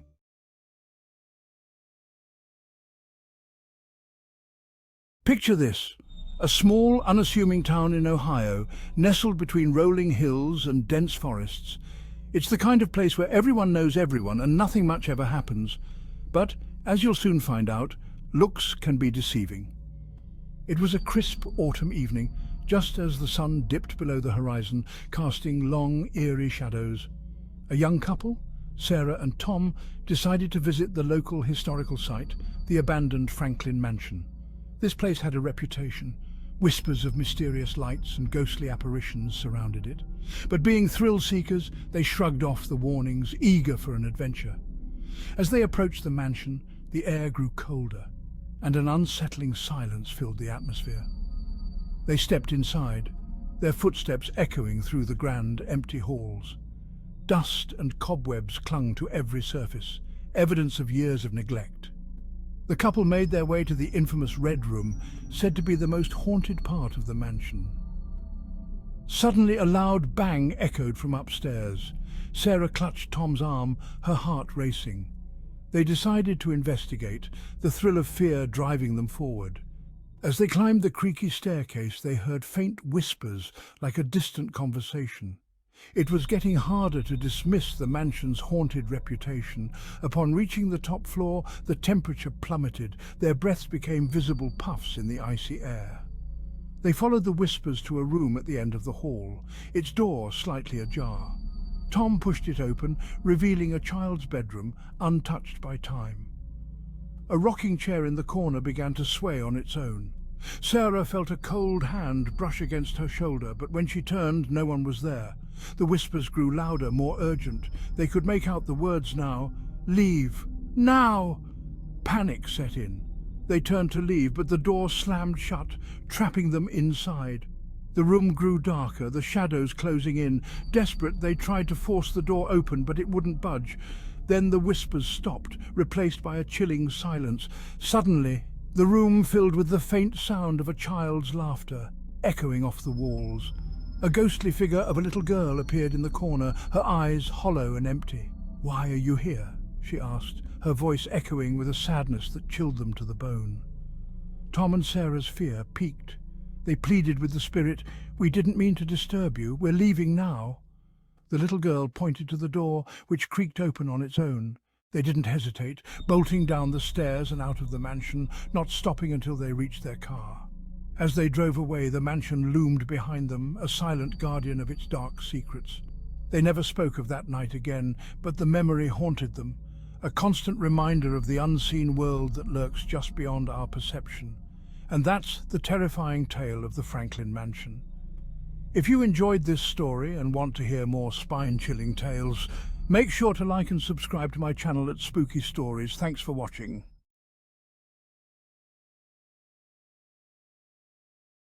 Hey there, horror fans. Are you ready to hear a spine-chilling ghost story from the heart of Oklahoma? Then turn off the lights and get comfortable, because this one is going to give you goosebumps. Let's travel back to the 1920s, to a small town called Guthrie. Once a bustling hub during the land rush, Guthrie was filled with optimism and promise. But deep within its charm lay a chilling secret. There's an old mansion on the outskirts of town, known as the Stone House. It was built by a wealthy oil baron who mysteriously vanished one cold October night. The locals spoke in hushed tones about the eerie lights and ghostly figures seen through its windows, but no one dared to investigate. That was until a curious young couple, fresh from the big city, decided to make the Stone House their home. Sarah and Tom were enchanted by its grandeur. Despite the warnings, they moved in, determined to start a new life. The first few days were uneventful, but soon things took a terrifying turn. It started with faint whispers at night, growing louder and more insistent. Objects moved on their own, and cold spots appeared around the house. One night, Sarah woke to find Tom standing by the window, staring into the darkness. His eyes were vacant, and he didn't respond to her calls. It was as if he was in a trance.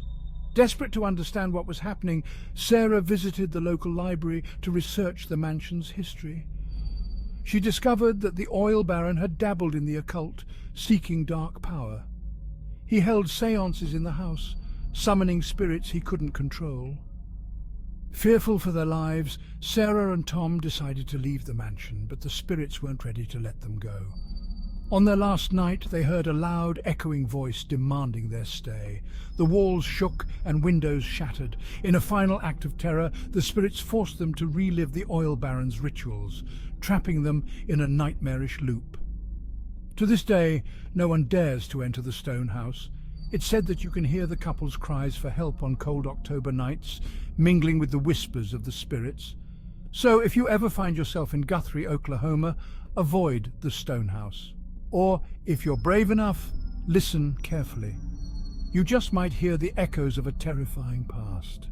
Thanks for listening, and remember, not all stories have happy endings. Sleep tight.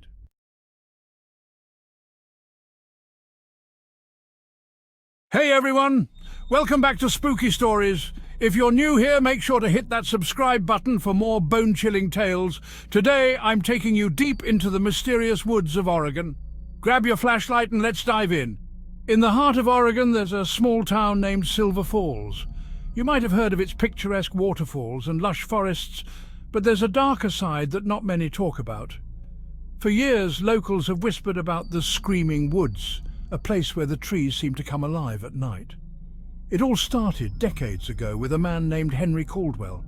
Henry was a logger, tough as nails, and always the first to venture into the deepest parts of the forest.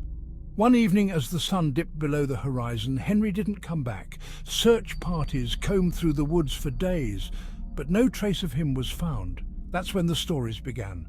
People claimed to hear blood-curdling screams echoing through the woods at night.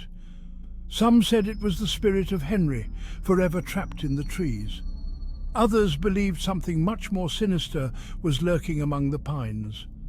Fast forward to just a few years ago. A group of teenagers decided to test their courage and camp out in the Screaming Woods. They set up their tents, built a fire, and laughed off the old legends. As the night grew darker, they started hearing whispers. At first, they thought it was the wind, but then the whispers turned into screams. Panicked, they tried to leave, but their flashlights flickered and died.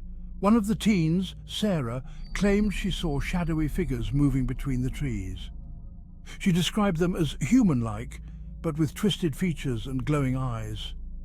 Terrified, they ran back to town, never looking back. When they returned the next day to gather their abandoned gear, everything was gone. The tents, the firewood, even their footprints had vanished. It was as if they were never there. Locals say the Screaming Woods feed on fear. Once you enter, you become part of the legend, and the forest never forgets.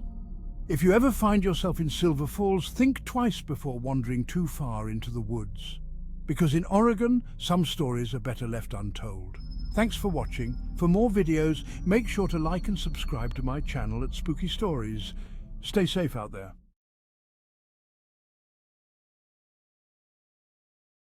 Hey there, horror fans! Welcome back to Spooky Stories. Today I've got a chilling tale from the heart of Pennsylvania. This story takes place in a small town called Centralia, a place now infamous for its eerie abandoned streets and the raging underground coal fire that's been burning since 1962. But this isn't just about the fire. It's about something far more sinister.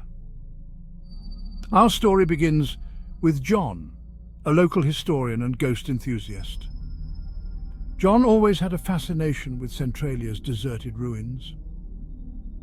One autumn evening, he decided to explore a part of the town that had been off-limits for years. Armed with his flashlight and a sense of adventure, he set off into the darkness. As John walked through the foggy streets, he couldn't shake the feeling of being watched. The air was thick with the scent of burning coal, and the silence was deafening. Suddenly he heard a faint whisper. "John," it called. He spun around, but there was no one there. Trying to shake off his nerves, John continued deeper into the abandoned town. He reached an old church, its windows shattered and the door hanging off its hinges. Curiosity got the better of him and he stepped inside. The inside of the church was cold and damp. Shadows danced on the walls as his flashlight flickered. Suddenly he felt a chill down his spine. There at the altar stood a figure dressed in old-fashioned clothing. The figure's eyes were empty, and its face twisted in a grotesque smile. John froze, his heart pounding in his chest. The figure began to move towards him, its footsteps echoing through the empty church. "You shouldn't be here," it hissed. John stumbled backwards, his flashlight flickering wildly. In a panic, he turned and ran. He could hear the figure's footsteps behind him, getting closer and closer. As he burst through the church doors, he felt a cold hand brush against his shoulder.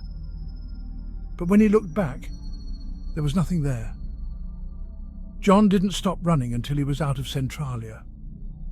He never spoke of what he saw that night, but he swore he would never return. To this day, he still has nightmares about the figure in the church. So if you ever find yourself in Centralia, remember John's story. The town isn't just haunted by the fire, but by something far more terrifying. For more videos, make sure to like and subscribe to my channel at Spooky Stories. Thanks for watching.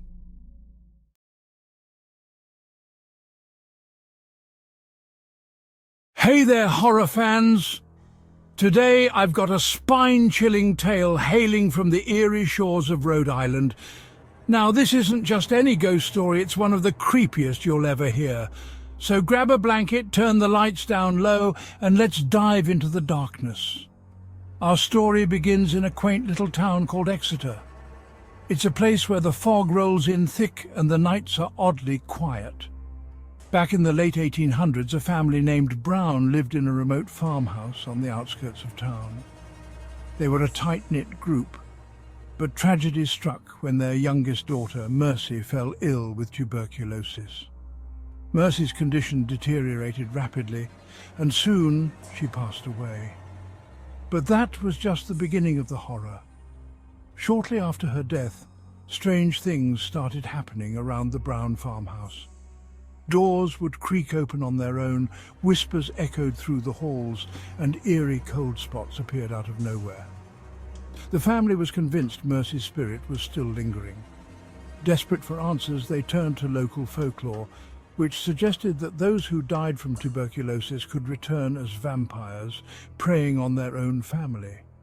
Driven by fear, the Browns did the unthinkable. They exhumed Mercy's body and found it remarkably well preserved, despite being buried for months. To put an end to the haunting, they performed a grisly ritual. Mercy's heart was removed and burned, and the ashes were mixed into a potion for the family to drink. It sounds horrifying, but they believed it was the only way to break the curse. But did it work? Some say it did, and the haunting ceased. Others claim Mercy's spirit never truly left Exeter, and that she roams the woods to this day, searching for her heart. There have been countless sightings of a ghostly figure, matching Mercy's description. Pale, with long flowing hair and a sorrowful expression. Visitors to the area report feeling an overwhelming sense of dread and hearing disembodied cries at night. Whether you believe in ghosts or not, the story of Mercy Brown is a chilling reminder of the lengths people will go to when faced with the unknown. So, next time you find yourself wandering the foggy trails of Exeter, keep an eye out for Mercy. You might just catch a glimpse of Rhode Island's creepiest ghost. For more videos, make sure to like and subscribe to my channel at Spooky Stories. Thanks for watching.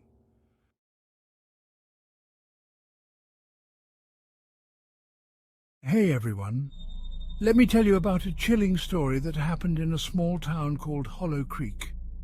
This isn't one of those made-up tales. This is a true story that still haunts the residents to this day. It all started in the summer of 1998. Hollow Creek was a quiet town, the kind of place where everyone knew each other. But that summer, something sinister began to unfold. It began with strange noises echoing through the night. Residents reported hearing whispers and footsteps coming from the woods that surrounded the town. One night, a local teenager named Jake decided to investigate. He was known for his bravery, or maybe it was just youthful recklessness. Armed with a flashlight and a sense of adventure, Jake ventured into the woods alone. That was the last time anyone saw him. Days turned into weeks, and the search parties found nothing but Jake's flashlight, flickering weakly near a creek. The townsfolk started to fear the worst, but the worst was yet to come. Soon, more people began to vanish. A pattern emerged. Each disappearance happened on a moonless night. The town was gripped by fear. No one dared to go out after dark. One night, the local sheriff, determined to put an end to the mystery, set up a trap. With a team of officers, they waited in the woods, hoping to catch whatever was causing the terror. What they encountered, though, defies explanation. The woods grew unnaturally silent, and a thick fog rolled in. Out of the fog emerged a figure, not quite human, with glowing eyes and an aura of dread.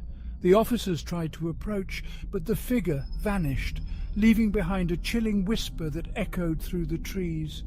"Leave!" Since that night, the disappearances stopped, but the memory lingers. Hollow Creek remains a town living in the shadow of fear, with the woods standing as a silent, menacing reminder of the horror that once stalked its nights. So, if you ever find yourself near Hollow Creek, remember, some places are better left alone. Stay safe and sleep tight.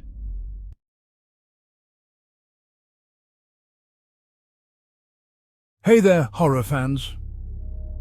Today, I have a bone-chilling story that takes place in the Erie Plains of South Dakota. So dim the lights, sit back, and get ready to be spooked. It all started on a cold October night. Emily, a college student from Sioux Falls, decided to visit her grandparents' abandoned farmhouse. The farmhouse had been empty for years, ever since her grandparents mysteriously vanished one night. Emily, driven by curiosity and the need for closure, wanted to find out what really happened.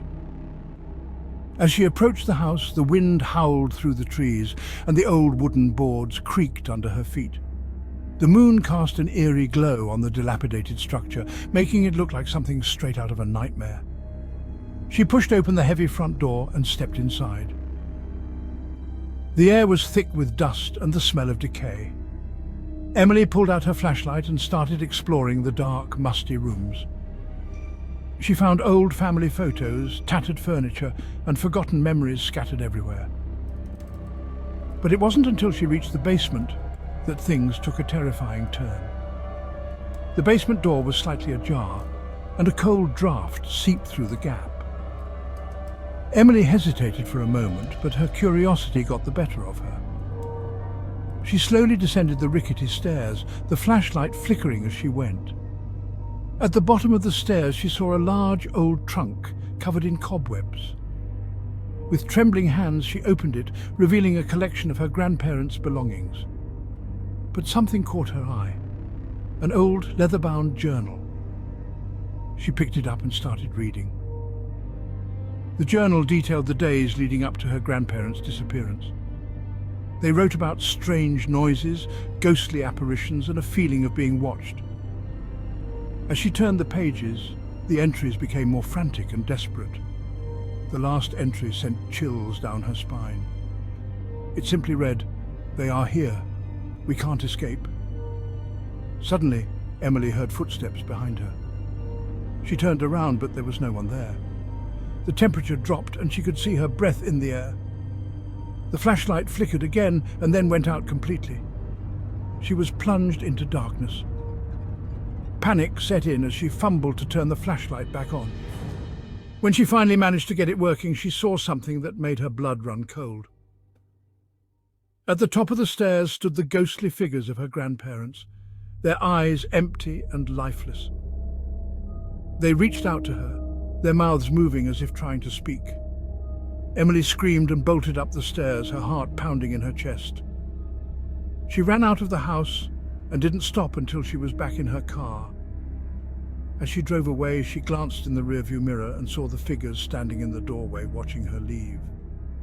To this day, Emily refuses to talk about what happened that night.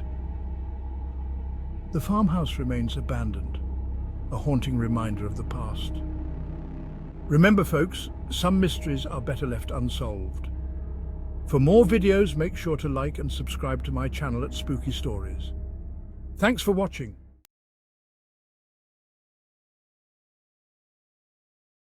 Hey there, horror fans. Ever wondered what dark secrets lie hidden in the peaceful countryside of Tennessee? Grab your blankets and dim the lights, because I've got a bone-chilling tale that will leave you sleeping with one eye open. It all began in the small town of Jasper, Tennessee, a place where everyone knows each other and nothing extraordinary ever happens. But that was before the mysterious disappearance of young Emily Collins. Emily was just 12 years old, a sweet girl with a passion for exploring the dense woods surrounding her home. One summer evening, Emily told her parents she was going to play by the old oak tree at the edge of the forest. Hours passed, and when the sun dipped below the horizon, Emily had still not returned. Panic set in, and the entire town rallied together, searching the woods with flashlights and calling out her name. Days turned into weeks, weeks into months. The search was relentless, but Emily was nowhere to be found. Her parents were devastated, and the town's once vibrant spirit was now overshadowed by fear and sorrow. Then one foggy morning, a local farmer named Bill discovered something strange while tending to his crops. He noticed an eerie, glowing light coming from deep within the forest. Curiosity got the better of him, and he decided to investigate. As he ventured closer, the light grew brighter and an icy chill crept down his spine. Bill stumbled upon an old abandoned cabin that no one in town seemed to remember. The door creaked open, revealing a sight that would haunt him forever. Inside, there were hundreds of children's drawings plastered on the walls, all depicting the same scene, a monstrous figure lurking in the shadows of the forest. In the corner of the room, Bill found a worn-out journal. Flipping through its pages, he realized it belonged to Emily. Her entries described encounters with a sinister entity she called the Watcher. She wrote about how the Watcher would appear at dusk, its glowing eyes following her every move, whispering her name through the rustling leaves. But the most disturbing part was Emily's final entry. She wrote that the Watcher had promised to take her to a place where she would never be lonely again. Her last words were, "I'm scared, but I have to go." Terrified, Bill rushed back to town with the journal in hand. The townspeople were horrified as they read Emily's words. They realized the Watcher was not just a figment of her imagination, but a malevolent force that had been preying on their children for generations. The town decided to burn down the cabin, hoping to rid themselves of the Watcher's curse forever. As the flames consumed the old structure, a blood-curdling scream echoed through the forest, followed by an eerie silence. Emily was never found, but her story remains a chilling reminder of the dark secrets that lurk in the heart of Tennessee's forests. So next time you find yourself in the woods, remember Emily's tale and be wary of the Watcher. For more videos, make sure to like and subscribe to my channel at Spooky Stories. Thanks for watching.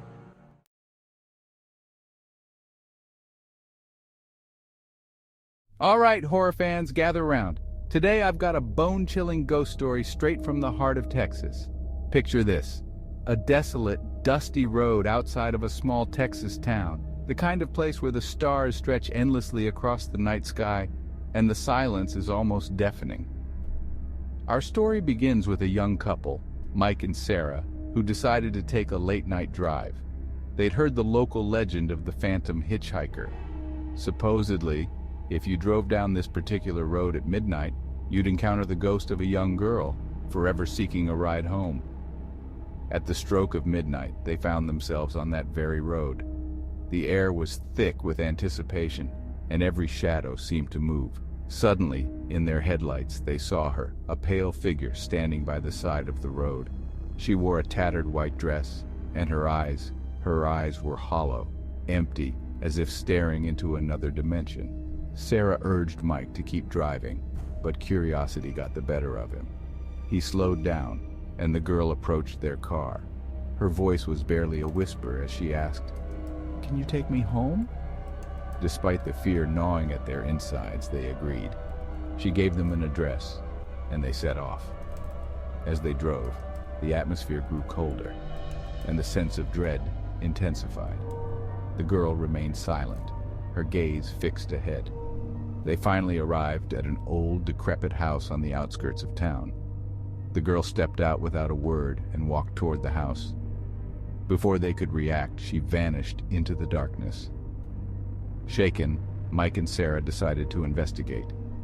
They approached the house, and as they stepped inside, they were hit by a wave of cold air and the overwhelming stench of decay. The house was abandoned, with cobwebs draping every corner. Suddenly, they heard a faint sobbing. Following the sound, they found a small room. In the center was a dusty old photograph of a young girl, the same girl they had picked up. Underneath it, a newspaper clipping from decades ago detailed the tragic death of a girl named Emily, who had died in a car accident nearby. Realizing they'd given a ride to a ghost, they fled the house, the sobbing echoing in their ears. Ever since that night, Mike and Sarah refused to speak about what happened, but they never drive down that road again. So, if you ever find yourself on a lonely Texas road at midnight, beware of the phantom hitchhiker seeking her way home. Thanks for tuning in. If you enjoyed this terrifying tale, don't forget to like, subscribe, and hit that notification bell for more spine-chilling stories. Sleep tight.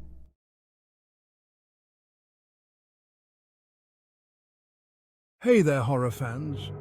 Buckle up because I've got a story that's going to send shivers down your spine. Today, I'm taking you to the eerie landscapes of Utah, where a seemingly innocent camping trip turned into a nightmare. It was the summer of 2019, and three friends, Mike, Sarah, and Josh, decided to explore the vast wilderness of Utah.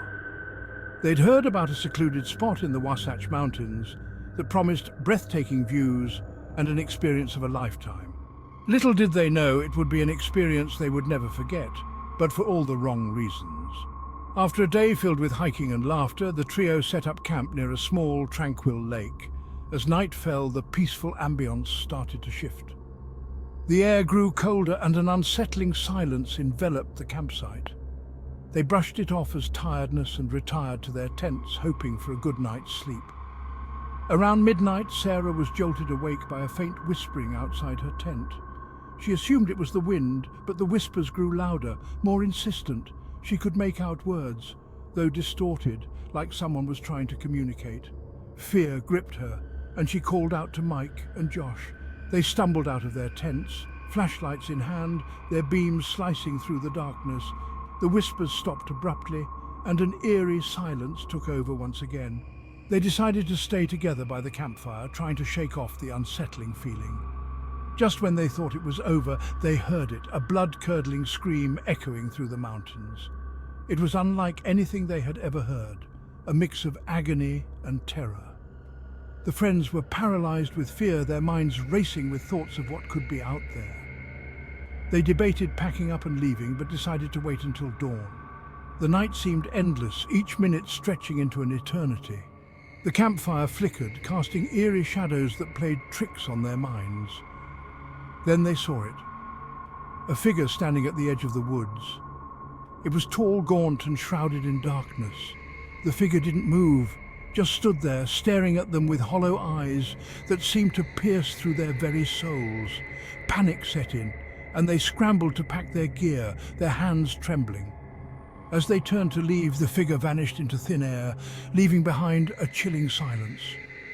They ran, adrenaline pumping through their veins, not stopping until they reached their car. They sped away, hearts pounding, swearing never to return. To this day, they can't explain what they saw or heard that night. Some say the Wasatch Mountains are haunted by restless spirits. Others believe it's the land itself, holding secrets too terrifying to uncover.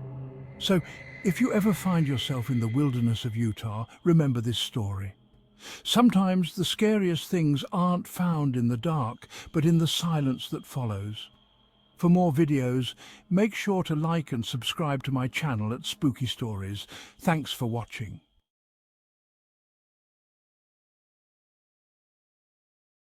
Hey everyone. If you're into ghost stories, you're in for a treat today. This is the chilling tale of the Vermont Visitor. Back in the early 1900s, there was a small, quiet town nestled in the mountains of Vermont. The kind of place where everyone knew each other, and nothing ever seemed to change.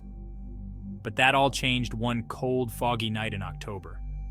A family named the Harrisons had just moved into an old house on the outskirts of town. It was a grand, Victorian-style mansion, but it had been abandoned for years. The locals whispered that the house was cursed.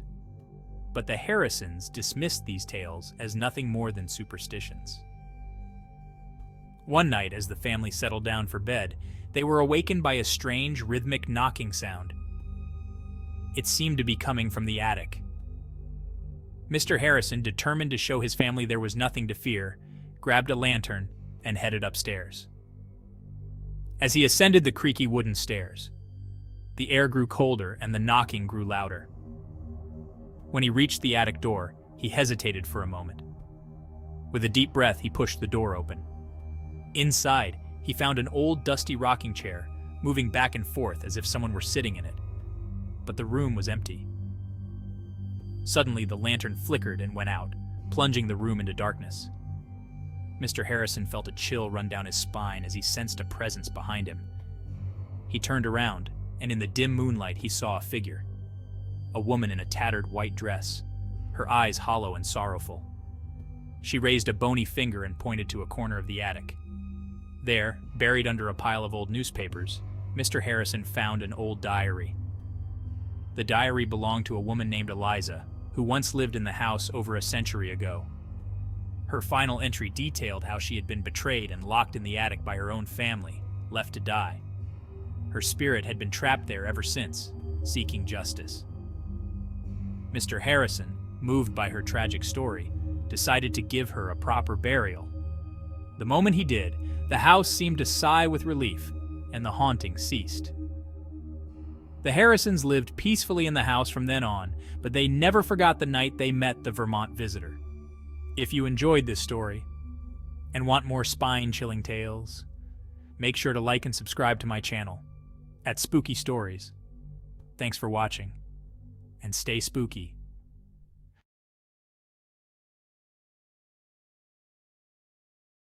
Hey there, horror fans.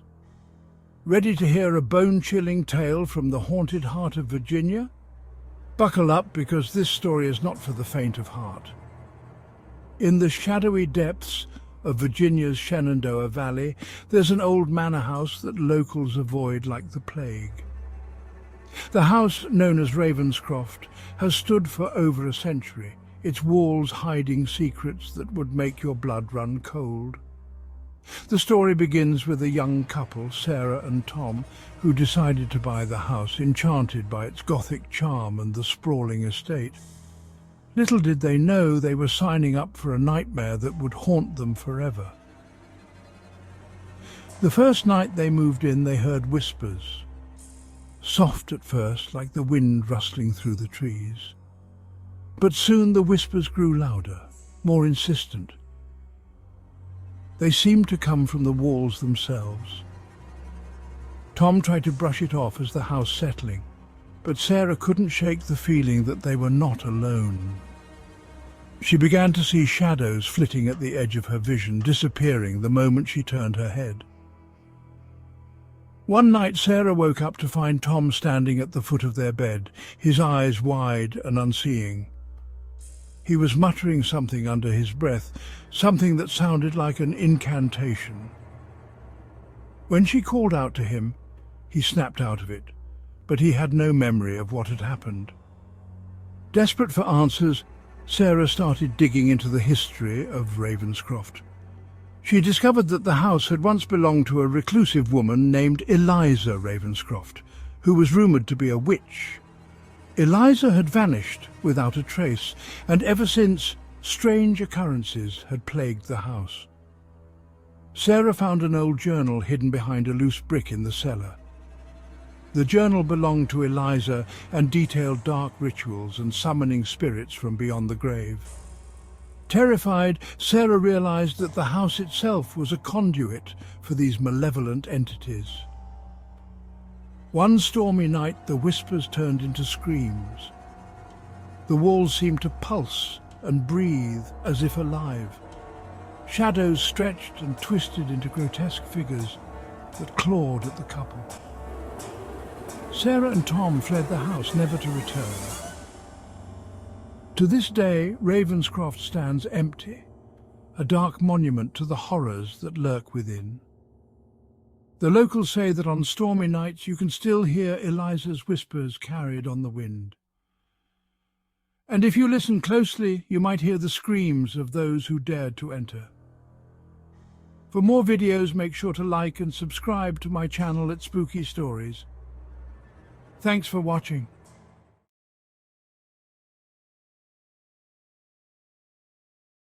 Hey there, horror fans! Ready for a bone-chilling tale from the heart of Washington? Let me take you to the quaint town of Port Townsend, Washington.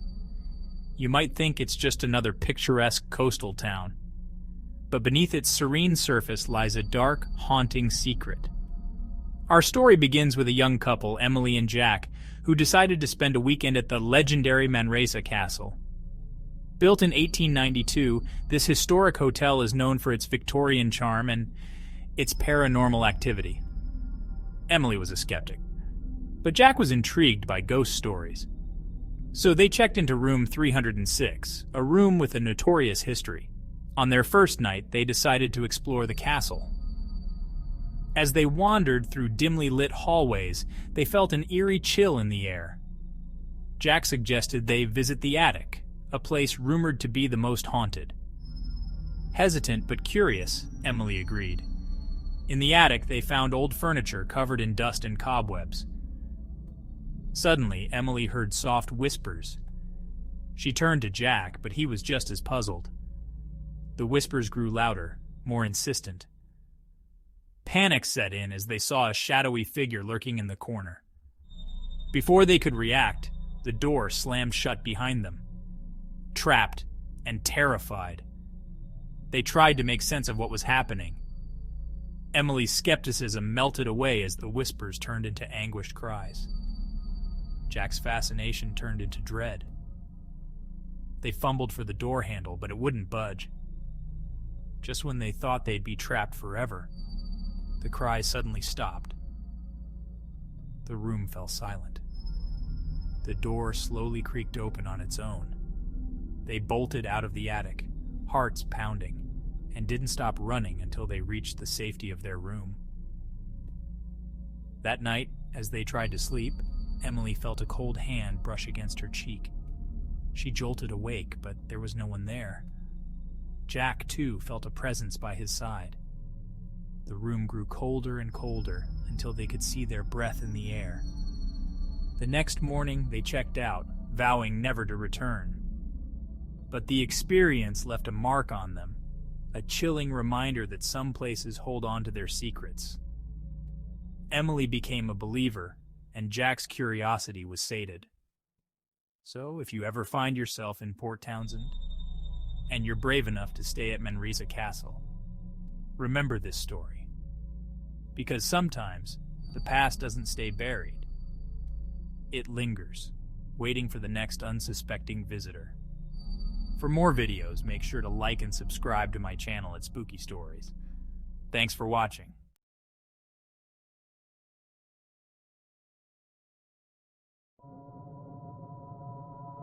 Hey there, fellow horror fans.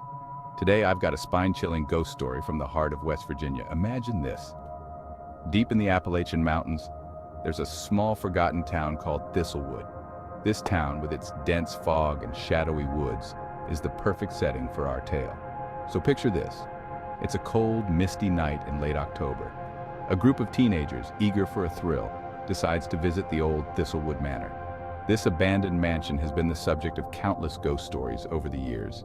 They say that the spirit of a young girl, Emily, who vanished mysteriously in the 1800s, haunts the place. As the teens approach the mansion, the creaky gate groans, setting the mood for what's to come. Armed with only flashlights, they step inside, the wooden floors creaking beneath their feet. The air is thick with dust and the scent of decay. Suddenly, one of them hears a faint giggle. They freeze. Did they just imagine that? Determined to prove their bravery, they venture deeper into the house. In the dim light, they spot an old portrait of a stern-looking man. The eyes seem to follow them. Unease settles in, but they push forward, reaching the grand staircase. As they climb, the giggling grows louder. One of the teens, Sarah, feels a cold hand brush against her arm. She spins around, but there's no one there. Fear starts to creep in, but they decide to check out the attic, rumored to be Emily's favorite hiding spot. Up in the attic, the air is even colder. They find an old, tattered doll lying in the corner. Suddenly, the attic door slams shut. Panic sets in. Their flashlights flicker, and then, in the near darkness, they see her. Emily, with her long, flowing dress and hollow eyes, stands before them. She whispers, "Why did you come here?" Frozen in terror, they watch as she slowly fades away. The door creaks open on its own, and they don't waste a second. Bolting out of the mansion, they vow never to return. Years later, one of those teenagers, now an adult, swears that Emily still visits him in his dreams, always asking the same haunting question, "Why did you come here?" And that's the tale of Thistlewood Manor. Believe it or not, many locals still claim they hear Emily's giggles echoing in the night. If you ever find yourself in West Virginia, maybe think twice before exploring old abandoned houses. For more videos like this, make sure to like and subscribe to my channel at Spooky Stories. Thanks for watching.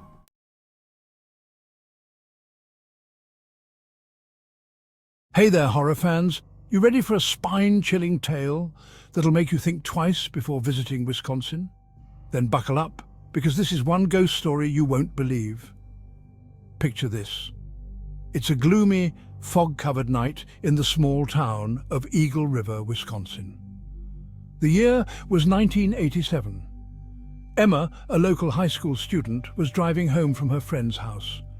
The road was deserted, the kind of empty that makes your skin crawl. As she drove through the dense woods, her headlights suddenly caught something on the side of the road. It was a woman, dressed in a tattered, old-fashioned dress, waving frantically for help. Emma pulled over, thinking it was a stranded motorist. She rolled down her window and asked the woman if she needed help. The woman's face was pale, her eyes hollow and lifeless. She simply whispered, "They're coming for us." Chills ran down Emma's spine, but before she could react, the woman vanished into thin air. Freaked out, Emma sped home, her heart pounding like a drum. She rushed inside and told her parents what happened. They were skeptical, thinking she imagined it, but Emma knew what she saw. Days later, news broke out about an old abandoned mansion in those woods. Locals said it was haunted by the spirits of a family who disappeared mysteriously in the 1800s. Emma's heart sank when she saw a photograph of the family. There, among the faded sepia images, was the woman she had seen on the road. Determined to uncover the truth, Emma and a couple of friends decided to investigate the mansion. Armed with flashlights and a tape recorder, they ventured into the decaying structure.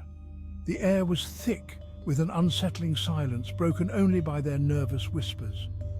As they explored the dark corridors, they found an old diary hidden in the floorboards. It belonged to the woman Emma had seen. The diary detailed how the family was tormented by shadowy figures that emerged from the woods at night. They tried to escape, but one by one they vanished without a trace. Just as Emma finished reading the last entry, the temperature in the room plummeted. A chilling breeze swept through and the tape recorder started playing on its own. A ghostly voice echoed, "Leave now before they come for you too." Terrified, they bolted out of the mansion, leaving the diary and recorder behind. To this day, no one knows what happened to that family or who the shadowy figures were, but locals swear that on foggy nights you can still see the ghostly figure of the woman, warning travelers of the danger lurking in the woods.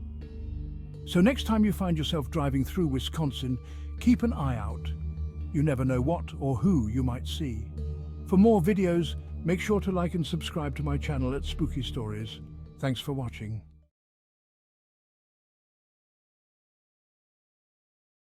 Hey there, horror fans! Tonight, I've got a chilling tale from the wilds of Wyoming. So grab a blanket, turn off the lights, and get ready for a story you'll never forget. It all started in a small, forgotten town called Laramie Hills, where whispers of hauntings echoed through the generations. The townsfolk spoke of a cursed house at the edge of the woods, a place where anyone who entered was never quite the same again. In the early 1900s, a family moved into that very house, unaware of its sinister reputation. The Johnsons, a mother, father, and their young daughter, Emily, were excited to start their new lives. But from the moment they stepped inside, strange things began to happen. At first it was little things, objects moving on their own, whispers in the night, and cold spots that sent shivers down their spines. But soon it got much worse. Emily began talking about her new friend, a little girl named Annabelle, who lived in the walls. Her parents brushed it off as an imaginary friend, but Emily insisted Annabelle was real.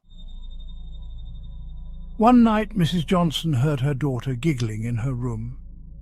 When she opened the door, she saw Emily standing in front of the mirror, holding hands with nothing. Terrified, the Johnsons decided to leave, but the house had other plans. Doors slammed shut, windows locked themselves, and the whispers grew louder, more menacing. It was as if the house was alive and it wasn't ready to let them go. Desperate, Mr. Johnson uncovered the dark history of the house. In the late 1800s, a young girl named Annabelle had lived there with her family. She disappeared one night and was never found. Some said she was taken by the spirits that haunted the place. Others believed she became one of them. The Johnsons realized they were dealing with something far more sinister than they had imagined. They gathered their belongings and fled, never looking back. And as they drove away, they saw a figure standing in the window, a young girl in a white dress, waving goodbye. To this day, the house remains abandoned, a grim reminder of the horrors that lurk within. Some say you can still hear the whispers if you stand close enough. And if you're brave enough to visit, you might just see Annabelle, still waiting for her next friend. For more videos, make sure to like and subscribe to my channel at Spooky Stories. Thanks for watching.